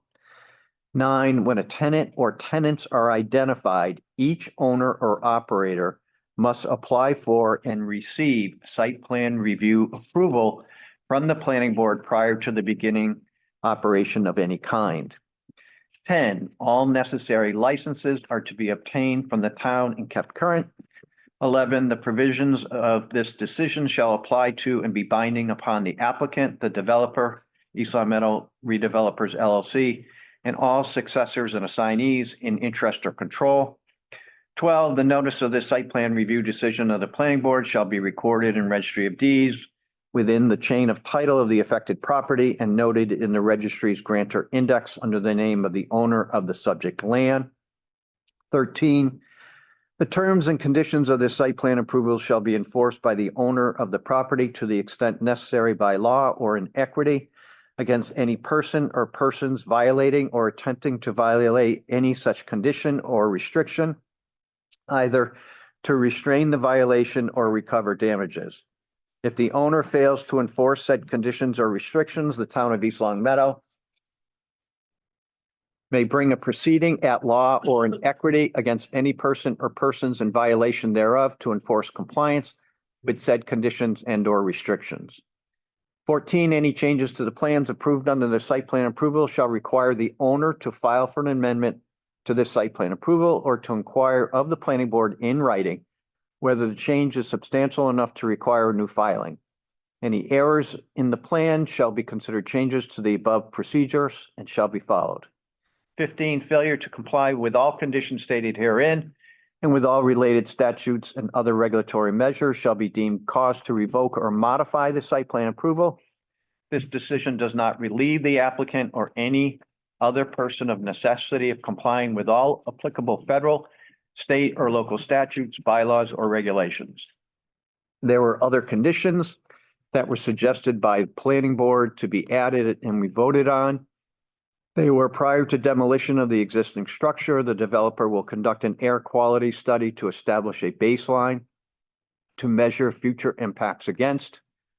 2, prior to demolition of the existing structure, the developer will conduct a study of ambient noise to establish a baseline to measure future impacts against. 3, all traffic exiting the site is required to turn right onto eastbound Chestnut Street. And 4, all idling trucks on site are required to utilize exhaust filters. Now, I'm reading these because they were previously approved, although they were previously approved. So, We do them all at once? I would question, voting on the right out of the, property. Just because I believe that we would want to have the traffic study amended to look at that. Right. So I would not want to vote on that, now. And I know, Ms. Chair Swallow, you have some corrections? Yeah, I want to make an amendment to number 4. Read that. So the number 4 was the developer, East Long Meadow redevelopers must implement a post-construction monitoring program. When the site is fully operational, the findings of this program shall be presented to the East Long Meadow Planning Board and submitted in writing to the Department of Public Works. And it originally said within 1 year of the site being fully operational. So I'd like to amend it to be once a year for the first 5 years that they need to submit the report. And if we would like to define fully operational, my proposal is to define fully operational by 50% occupied. Because they previously stated it won't be 1 tenant, that they like it to be 4. So if it's 50% occupied. Any comments? No, I'm fine with your amendment. And then after the once a year for 5 years, it'll be how much, what's the interval after that? Originally, it was just in there that it was only for the first 5 years. So I was just making a more defined caption. So we can vote all of those as amended, leave aside for now the right out of the property for further discussion. Okay. Can we add more though? We can add more if you would like. Yes. Because it does not also mention the rodent control plan that I previously brought to the board. Brought it up before though. Yeah, he didn't say it just now. Oh, okay. Yep. The rodent control plan.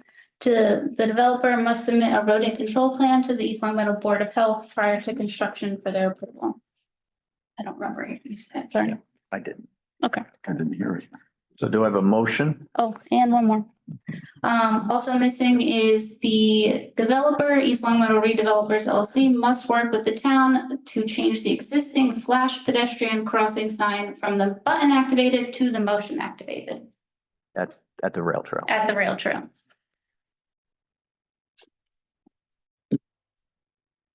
I make a motion to approve the following conditions that were listed by Chairman Russ Tenberg, with the exception of number 4 that was in, no, it's not number 4, number 3. With the exception of number 3, condition that was introduced by the planning board. So just for the audience, this is not approval of the site plan.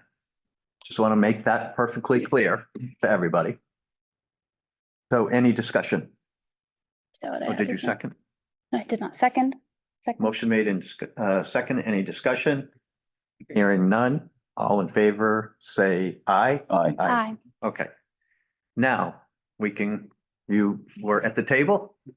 So I'd like you to address a couple of things. So I think Mr. Page raised a couple of things I'd like you to maybe address. So I know I was loud and boisterous in earlier public hearings, not really being somewhat critical of the potential mitigation that was being proposed. So, putting in new stripes and things like that doesn't do it for me. So what other mitigation factors would the developer be consider, put forward? Would you consider having, reducing the size of the warehouse in half?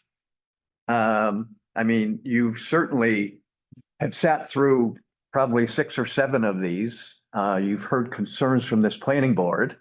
I think you've heard concerns from most people that it's just too much. And so, thoughts? Attorney Rachel Fancy here on behalf of East Long Meadow Redevelopers. So to that point, and I think one thing that really wasn't discussed in the reading out of all those conditions in that vote was Exhibit A, which I think brings to light a lot of mitigation that we're proposing, which is the redevelopers is proposing to put forth a fund which would allow the town in their discretion, because we do not think it's our position to tell the town what to do with the money. We think the town knows what's best, and the money would be to create any sort of traffic mitigation that comes up from these studies, the studies that we're gonna have to do for the next 5 years and potentially onward as these new tenants get identified. Because as I said, and I think it's been said numerous times, tenants would have to come back and theoretically the planning board could say, another 10 years of traffic mitigation and make that person, contribute to some sort of fund. So as far as measures, I think, widening it could be an option, but that's the town and their discretion of how they want to do that. A private citizen could not do that. Another thing would be timing of the lights. I believe that was mentioned by our traffic engineer. Other potential things, I've submitted a memo today just to try and write some of these proposals down. Not saying that we are necessarily on board with all those proposals, but those are things that to consider, which would be maybe a light could be implemented at the end of the site, or a light near certain congestion areas if it's not feasible, but that would require, greater involvement with the town. That wouldn't be on our site, it would be on the town, but that's something we could look into. How can we contribute to that? As far as other mechanisms, I think Jeff might be able to touch a little bit more, but I think that fund was really set up just so we don't know what's going to come up until it comes up. And the idea is when it happens, employ the experts to do that at that point. And what's going to be that measure that needs to happen at that point. So I will then question the traffic engineer. So as I question Mr. Page, you have 2 parcels on either side of Chestnut/Shaker. Use the microphone, please. Thank you. Thank you for your reminder. So as I reminded Mr. Page and asked him his thoughts, you have 2 private parcels at the corner of Shaker and Chestnut. They're owned by private individuals, not owned by the town. So you put in $500,000 for potential mitigation there. Okay. So what if those 2 private people say no? And they won't sell you, so you can't you can't widen the intersection at all. So we're stuck with what we have in place. Again, the idea being that the intersection would be looked at in terms of what could be done within property owned by the town and not necessarily within takings from others. The right of way extends generally beyond the curb line. What we would do 10 feet either way. It's tough to say. Yeah. We would look to survey as part of that and engineer an actual plan that shows some designs for mitigation depending on what the town saw fit and based on the results of the monitoring program that was outlined. I think one thing that Rachel wanted to mention too was the repaving in front of the site. That was addressed during one of the potential mitigation as well. I know there's been some discussion about pavement condition in front of the site, potential deterioration from the truck traffic, so we wanted to illustrate that as potential as well. $220,000. Nothing. Drop in the bucket. But thank you. Yes, it's, and I did keep referencing Exhibit A in the condition. And just to kind of put that out there, that was something, a number that was discussed through research that was done, and there was a memo put together by our traffic engineer to come to that number. It was a number pulled out of the hat, and there were numerous discussions with the town of structuring what that would be. And I don't think anyone, when that number was proposed, thought it was insufficient. And if that is the town's position and that there's some other rationale and basis, I'm sure that our clients would be willing to consider what a reasonable number would be, but we had not heard anything up until this point that number was unsupported just based on the numbers we provided to the board. All right. So the public hearing is back on after I had to do my reading. Is there anyone else who would like to be heard on this matter? People on Zoom?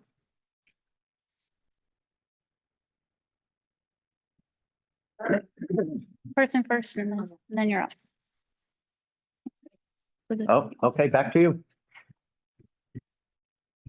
I'll sign in.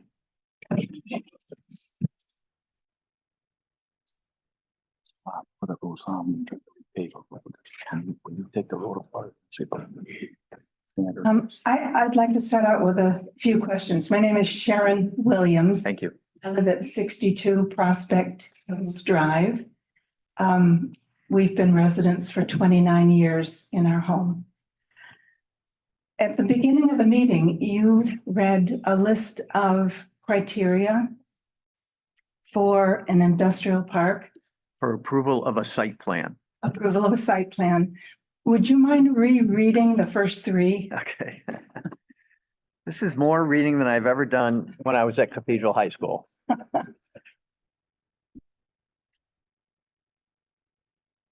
Okay. Protection of the abutting properties and community. Thank you. Protection of the abutting properties and community to minimize any detrimental use of the site. Convenience and safety of vehicular and pedestrian movement within the site and the relationship to adjoining ways and properties. Adequacy of the methods of disposal of sewage and refuse and the drainage of surface and subsurface water. Was there something about environment too in there early on? Yes, there is.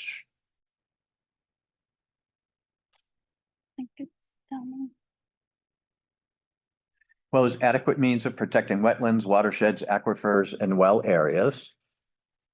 Provision of open space consistent with the town master plan concepts. Protection of agricultural land within the proposed development and minimization of development impact on abutting agricultural land. Okay. Oh, here's what you're thinking. So in our decision, okay, we need to we either do a finding that the proposed project will constitute a suitable development and will not result in detriment to the neighborhood or the environment, or to a written denial of the application stating the reasons of such denial. Approval may be made subject to conditions, modifications, and restrictions as the planning board may deem necessary. Yeah. Yes. I wanted to address quality of life. I'd like to say that I'm curious why a trucking warehouse would want to locate between two densely populated residential districts like Long Meadow and East Long Meadow.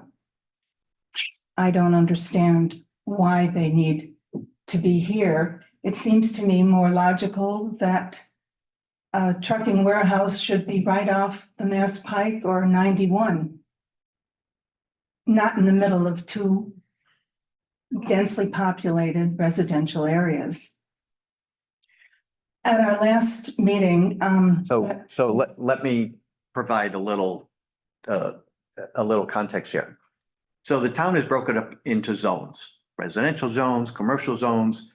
This is an industrial garden park district zone, and there are certain uses that are allowed as a matter of right.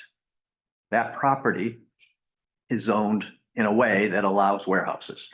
And, And it was zoned years and years and years ago, yes, before the houses were built. well, before some of the houses were built. Yeah. It was ran along the train track. Um, And, you know, it's just so, in the you know, 29 years I've been here, I've had no objection to rehabilitation centers being put in the industrial park, dental practices, medical buildings, medical labs being put in. I was here at the June meeting that I think you said had to be nullified by the court order. But at the June meeting, a police chief testified. so let me put a stop to that. Okay. There is a misconception, and I want everyone to understand this. The misconception is as follows. The police chief, the fire chief, and the DPW director were opining on a potential condition this board was considering that would move all the truck traffic that came through Long Meadow to Benton, to Industrial, to Shaker. That's what they were opining on. They were not opining on the overall project. But I remember the fire chief saying it might be difficult to get a fire truck through with the amount of truck traffic that's proposed. I remember the ambulance driver of the ambulance company saying it would be difficult to get an ambulance through to the rehab centers. Ma'am, who was the ambulance driver and what company did they represent? I can't recall that, but I do know that they spoke about that. So I remember very vividly, because I went back and watched this meeting over the weekend. Okay, the fire chief said they just avoid the intersection. They have found ways around going through there. Well, I have no objection to the existing businesses in the light industrial area. But I do object to the warehouse coming in with so much truck traffic. And one of the people who spoke at this meeting said he wanted his taxes to be alleviated by the taxes that the warehouse people would be paying. But another person spoke about how property values would go down. So to me, they would counteract each other. And what we're left with is just the quality of life and peace of mind of not having that kind of truck traffic going through constantly in the area. And I just wanted to say one last thing, that the decision that you make as a board, if you get it wrong, can't be undone once things turn out to be not what you expected. And I hope you don't get it wrong. Thank you.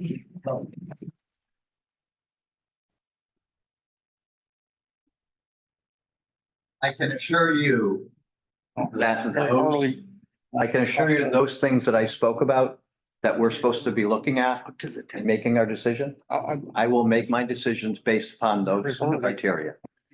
Not whether we get more taxes or less taxes. So. That's what you gotta tell. Hi.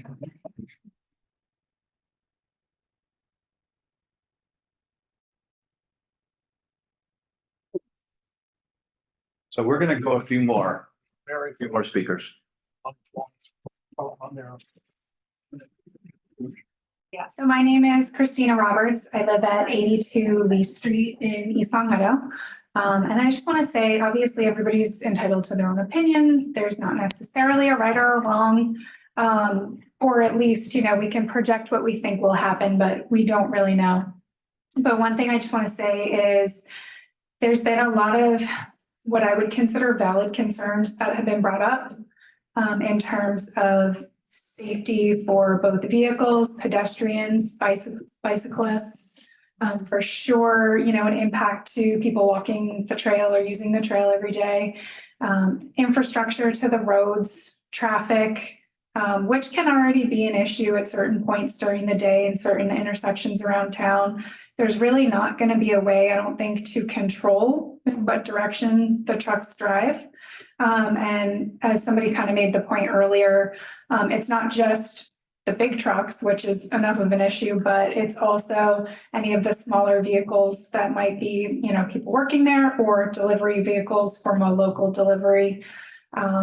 For sure, impact to the environment. I don't think we should overlook that and to the health of people around here with the emissions and such. So any one of those things, and I'm probably missing a few of the other ones, any one of those things is concerning and potentially could be mitigated. However, when you start to look at the totality of all the things that could potentially be an issue, I think it's really tough to think that we'll be able to mitigate all of that. And then there's also kind of, you know, unintended consequences. So we might think we can mitigate something, but is that going to then cascade and cause something else to become an issue that maybe we didn't foresee? So I just want to say, you know, like I said, everybody has their opinion. Nobody really knows exactly how things are going to go. But I just like to ask that we consider again sort of the totality of all of the issues that have been brought up all together and not just sort of each one separately, because I think they sort of have a that dynamic effect. Thank you.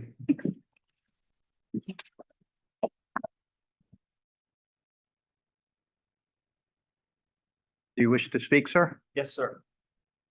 Please.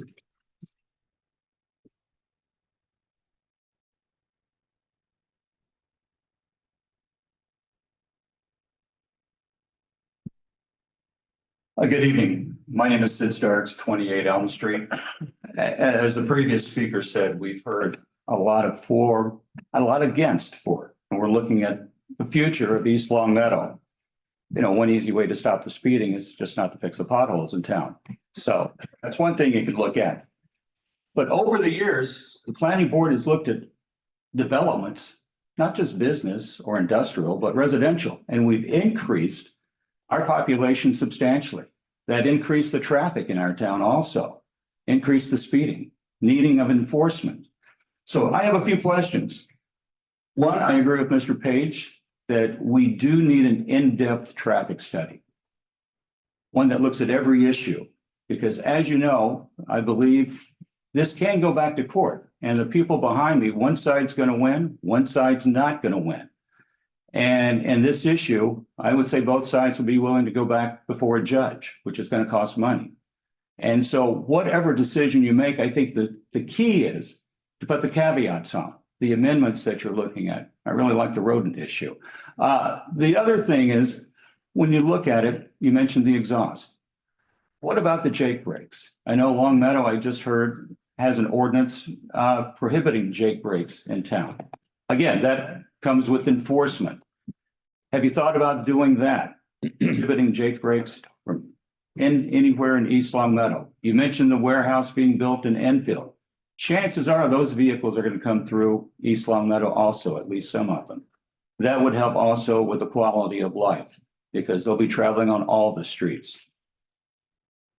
Second, it was mentioned also by the developers that they'll be having new tenants coming in. Correct me if I'm wrong, but each tenant that comes in has to come before the planning board, correct? Mm-hmm. Can you put the limit on the number of trucks that they're allowed in each time? Mm-hmm.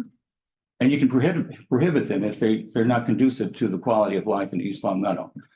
So if they're having 4 tenants and they're coming in and out, before they come into town, they do have to come before you and you do have the right to say no. For the restroom. Right. Right. Based upon the conditions in the zoning ordinance for review of site plan. Correct. Okay. Terrific. That's all I had to say because most likely, whatever decision you make, we're going to be back before it. Thank you. Well, I'm reminded that Mr. Pill counsel for Fields of Chestnut indicated the very first meeting that this would likely end up in court and it would be a battle of the experts. No, Mr. Pill, no need to comment because I saw that over the weekend when I rewatched all the hearings. Thank you.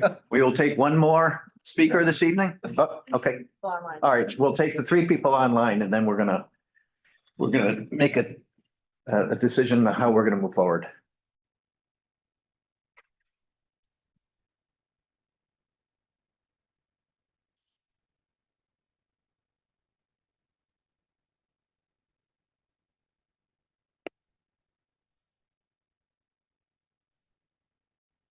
I don't know.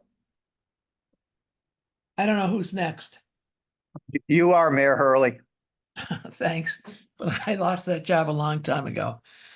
I've been listening to the meeting from the beginning of it. Tonight, I also made a lot of comments back in, I think it was June. It was raining. I remember that. I would like to readopt everything I said that night as part of my statement today. Can I do that? No. Oh. Well, we might be here for a while. Don't worry, folks. I'll get it done quickly.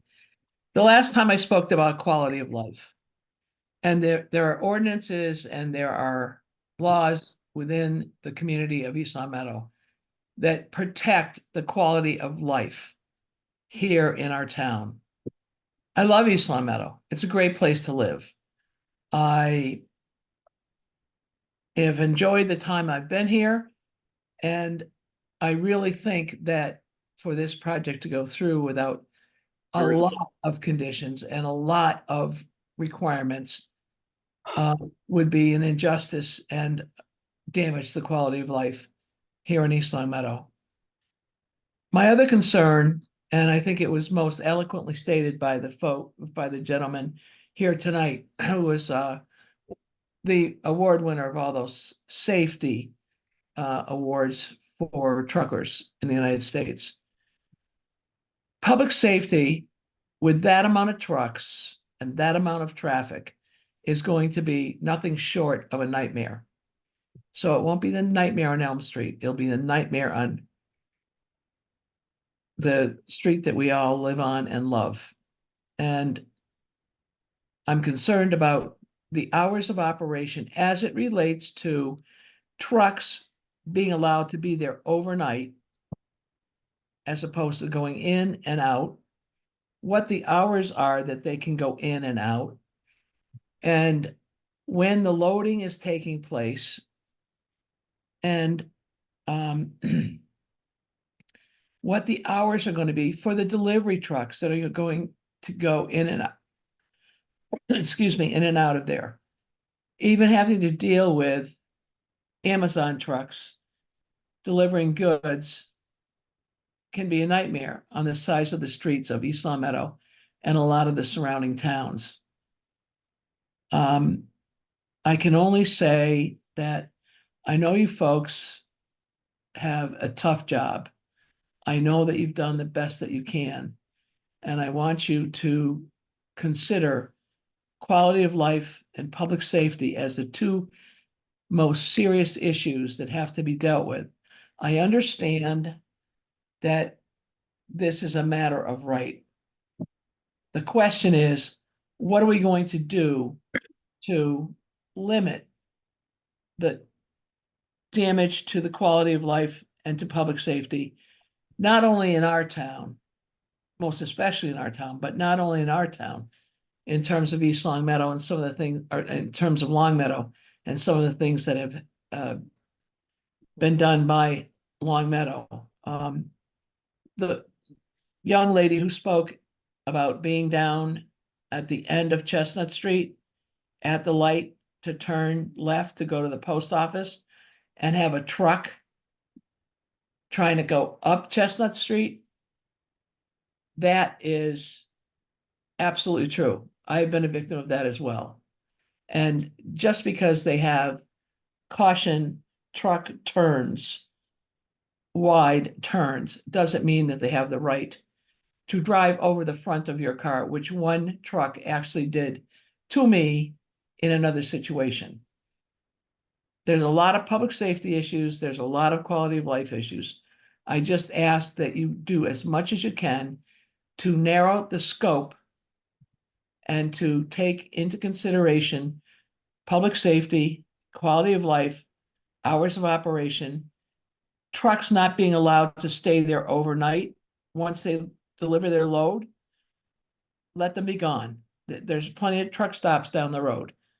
Trucks coming in early in the morning should be limited to no earlier than 6 or 7 in the morning, given school traffic and whatever else goes with it. Going out at night, no later than 8 o'clock. So that we put some limits on this that makes it feasible in terms of quality of life and public safety. I've only said quality of life maybe 20 times because that's what this is really all about. Public safety is also what it's all about. I thank you three very much for your attention, and I shan't bother you anymore other than to say I'm in Florida and it's 58 degrees here right now. Just rub it in, Mary. Just rub I'm it. not rubbing it in. I'm simply saying I could have been out on my lanai with a nice little fire pit, but I've been in here all night long. I thank all the people that spoke here tonight.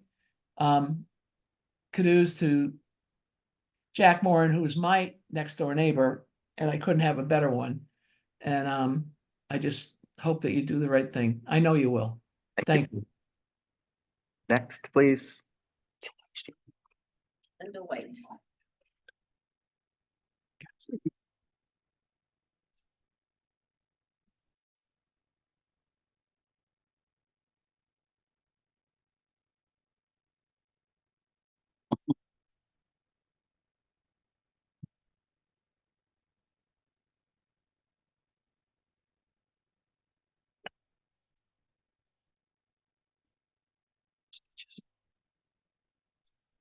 I'm not too sure if I'm on yet or.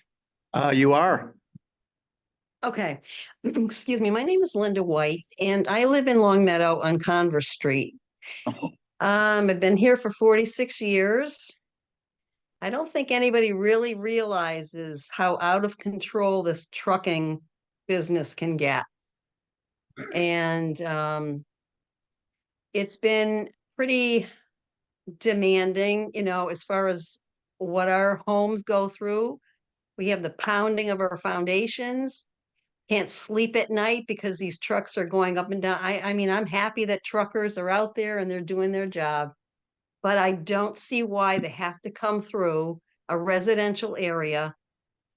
That's a manufacturing area, right, in East Long Meadow? Isn't that industrial park supposed to be for manufacturing? So I don't see why. Warehouses are allowed. Pardon me? Your microphone. Warehouses are allowed at that property. It's zoned that way. Okay. All right. So then there needs to be more. And the truck traffic on Converse Street is there because it's a public road. Of course, it is going through a residential area and there's no mandatory or there's no seem to be any control over the speed of the trucks going through, and they know exactly how fast they can go when nobody's around, and they do it. And yes, we did enforce the Jake brake ruling in here, but I'm sure at times they skip out on that. But I just will let you know the quality of life is very poor as far as air quality and noise pollution. So I just want to mention that as one person who has to deal with this on a daily basis. And this is not just on the weekdays. It's the weeknights and it's the weekends and it's the weekend nights. So just to let you know, it can get out of control. Thank you. Thank you. Okay, one more. That's it. Okay. I make a motion to. I make a motion to close the public hearing. Do I have a second? Second. Any further discussion? All in favor, say aye. Aye. One opposed, say nay. Nay. So that item passes. So the public hearing is closed. Done. Discussion by the board. Well, you know where I stand. I don't stand anywhere different than I did before. So So can you state what your thoughts are and why you would make a decision the way you think you're gonna make? my thoughts are this, as a member of the planning board, that's everybody. One of the things we're charged with is to reduce congestion. Plain and simple, this does not reduce congestion. This makes one heck of a mess out of our town.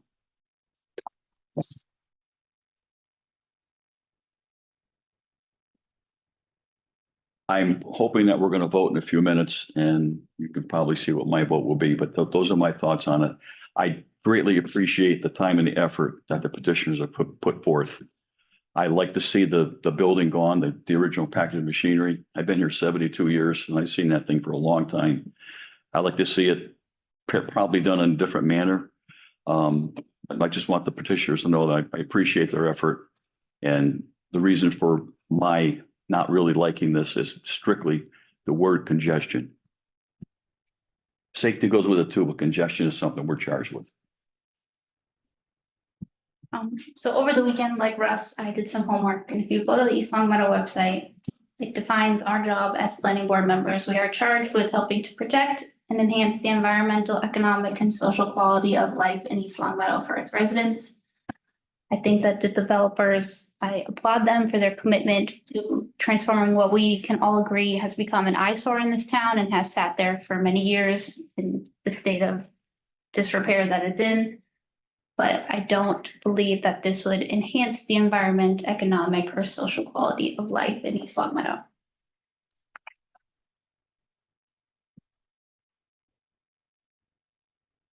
So you and I had an exciting weekend reviewing all the past hearings.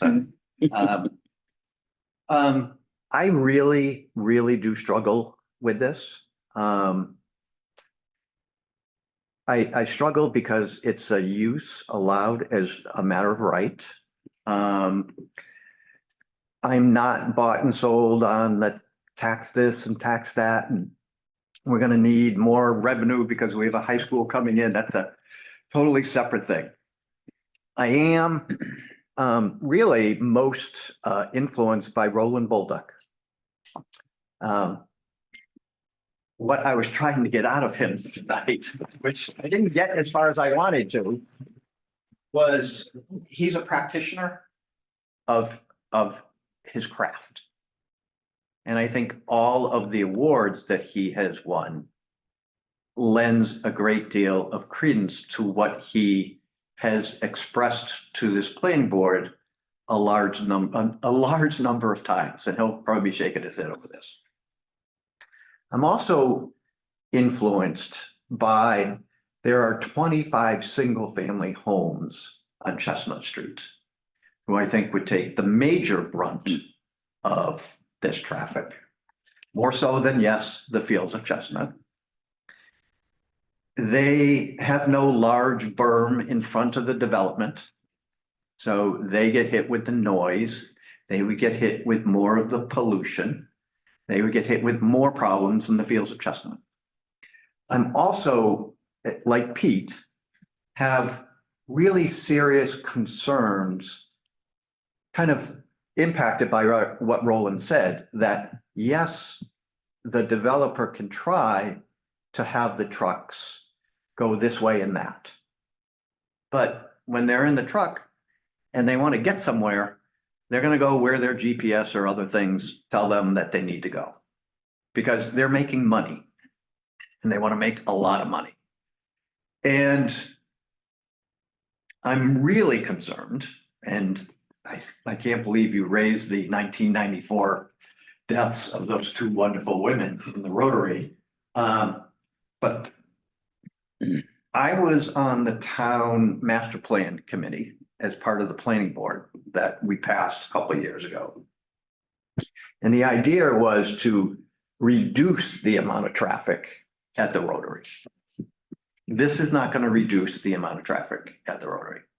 Although a very, very smart man told me that when you look at the Rotary and look at all the traffic studies at the Rotary, it does not rise to a level that the intersection / traffic pattern would fail under some of the traffic, international traffic standards, because you come up to a stop sign at each entrance to the rotary.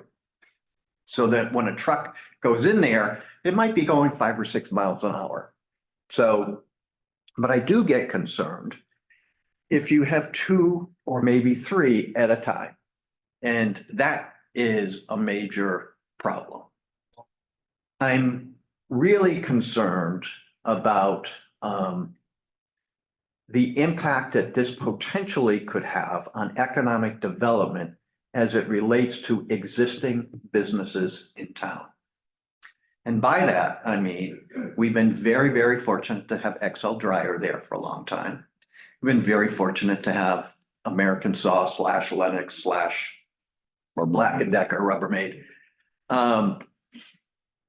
As a matter of fact, that site actually came in to this planning board last year or the year before and put additions on their building. Well, I'm concerned if that much more traffic is going to impact their infrastructure, that they're there as well. But still, it really kind of gets down to the intersection of Chestnut and Shaker. Given that you're really kind of landlocked there and there is no future room currently with private owners at the corner of Chestnut and Shaker with any type of mitigation by expanding that intersection. So those are the reasons I will be voting no.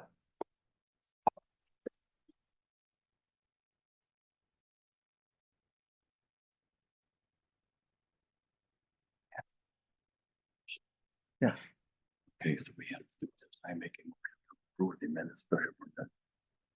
Is the conditions in the positive. And then we Right. have to vote. Yeah, so I'll, Cancel. let me explain that. So I don't want anyone to get nervous here. So we do have to make a motion in the affirmative. Guessing. So the motion would read something like, I move that we approve the site plan for 330 Chestnut Street With the conditions. with the conditions. A yes vote would be yes, you approve. And a no vote would be no, you don't approve, and the matter would fail. Just to explain that procedurally how that operates. You have to make a motion in the positive. So I make a motion to approve the amended special permit with the conditions we attached this evening. No. What's that? Yes. Back sheet. The back. Oh, okay. It's right here. All right. Correct. So Second.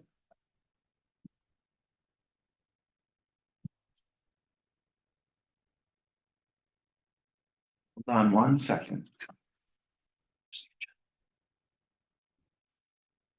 this. Oh, so Yes. then It's a special. Oh, no. so scratch what I said. Second. So I make a motion to approve the request for site plan review. You read the whole thing. I make a motion to approve the request for site plan review for the construction of a warehouse building and associate site improvements at 330 Chestnut Street. Do you want to read the numbers? In Saw Meadow. In East Long Meadow, yeah, With the conditions. with the conditions that There you we go. approve this evening. Second. Motion made in second. Any further discussion? Hearing none. All in favor, say aye. All opposed, say nay. Nay. Nay. This matter fails.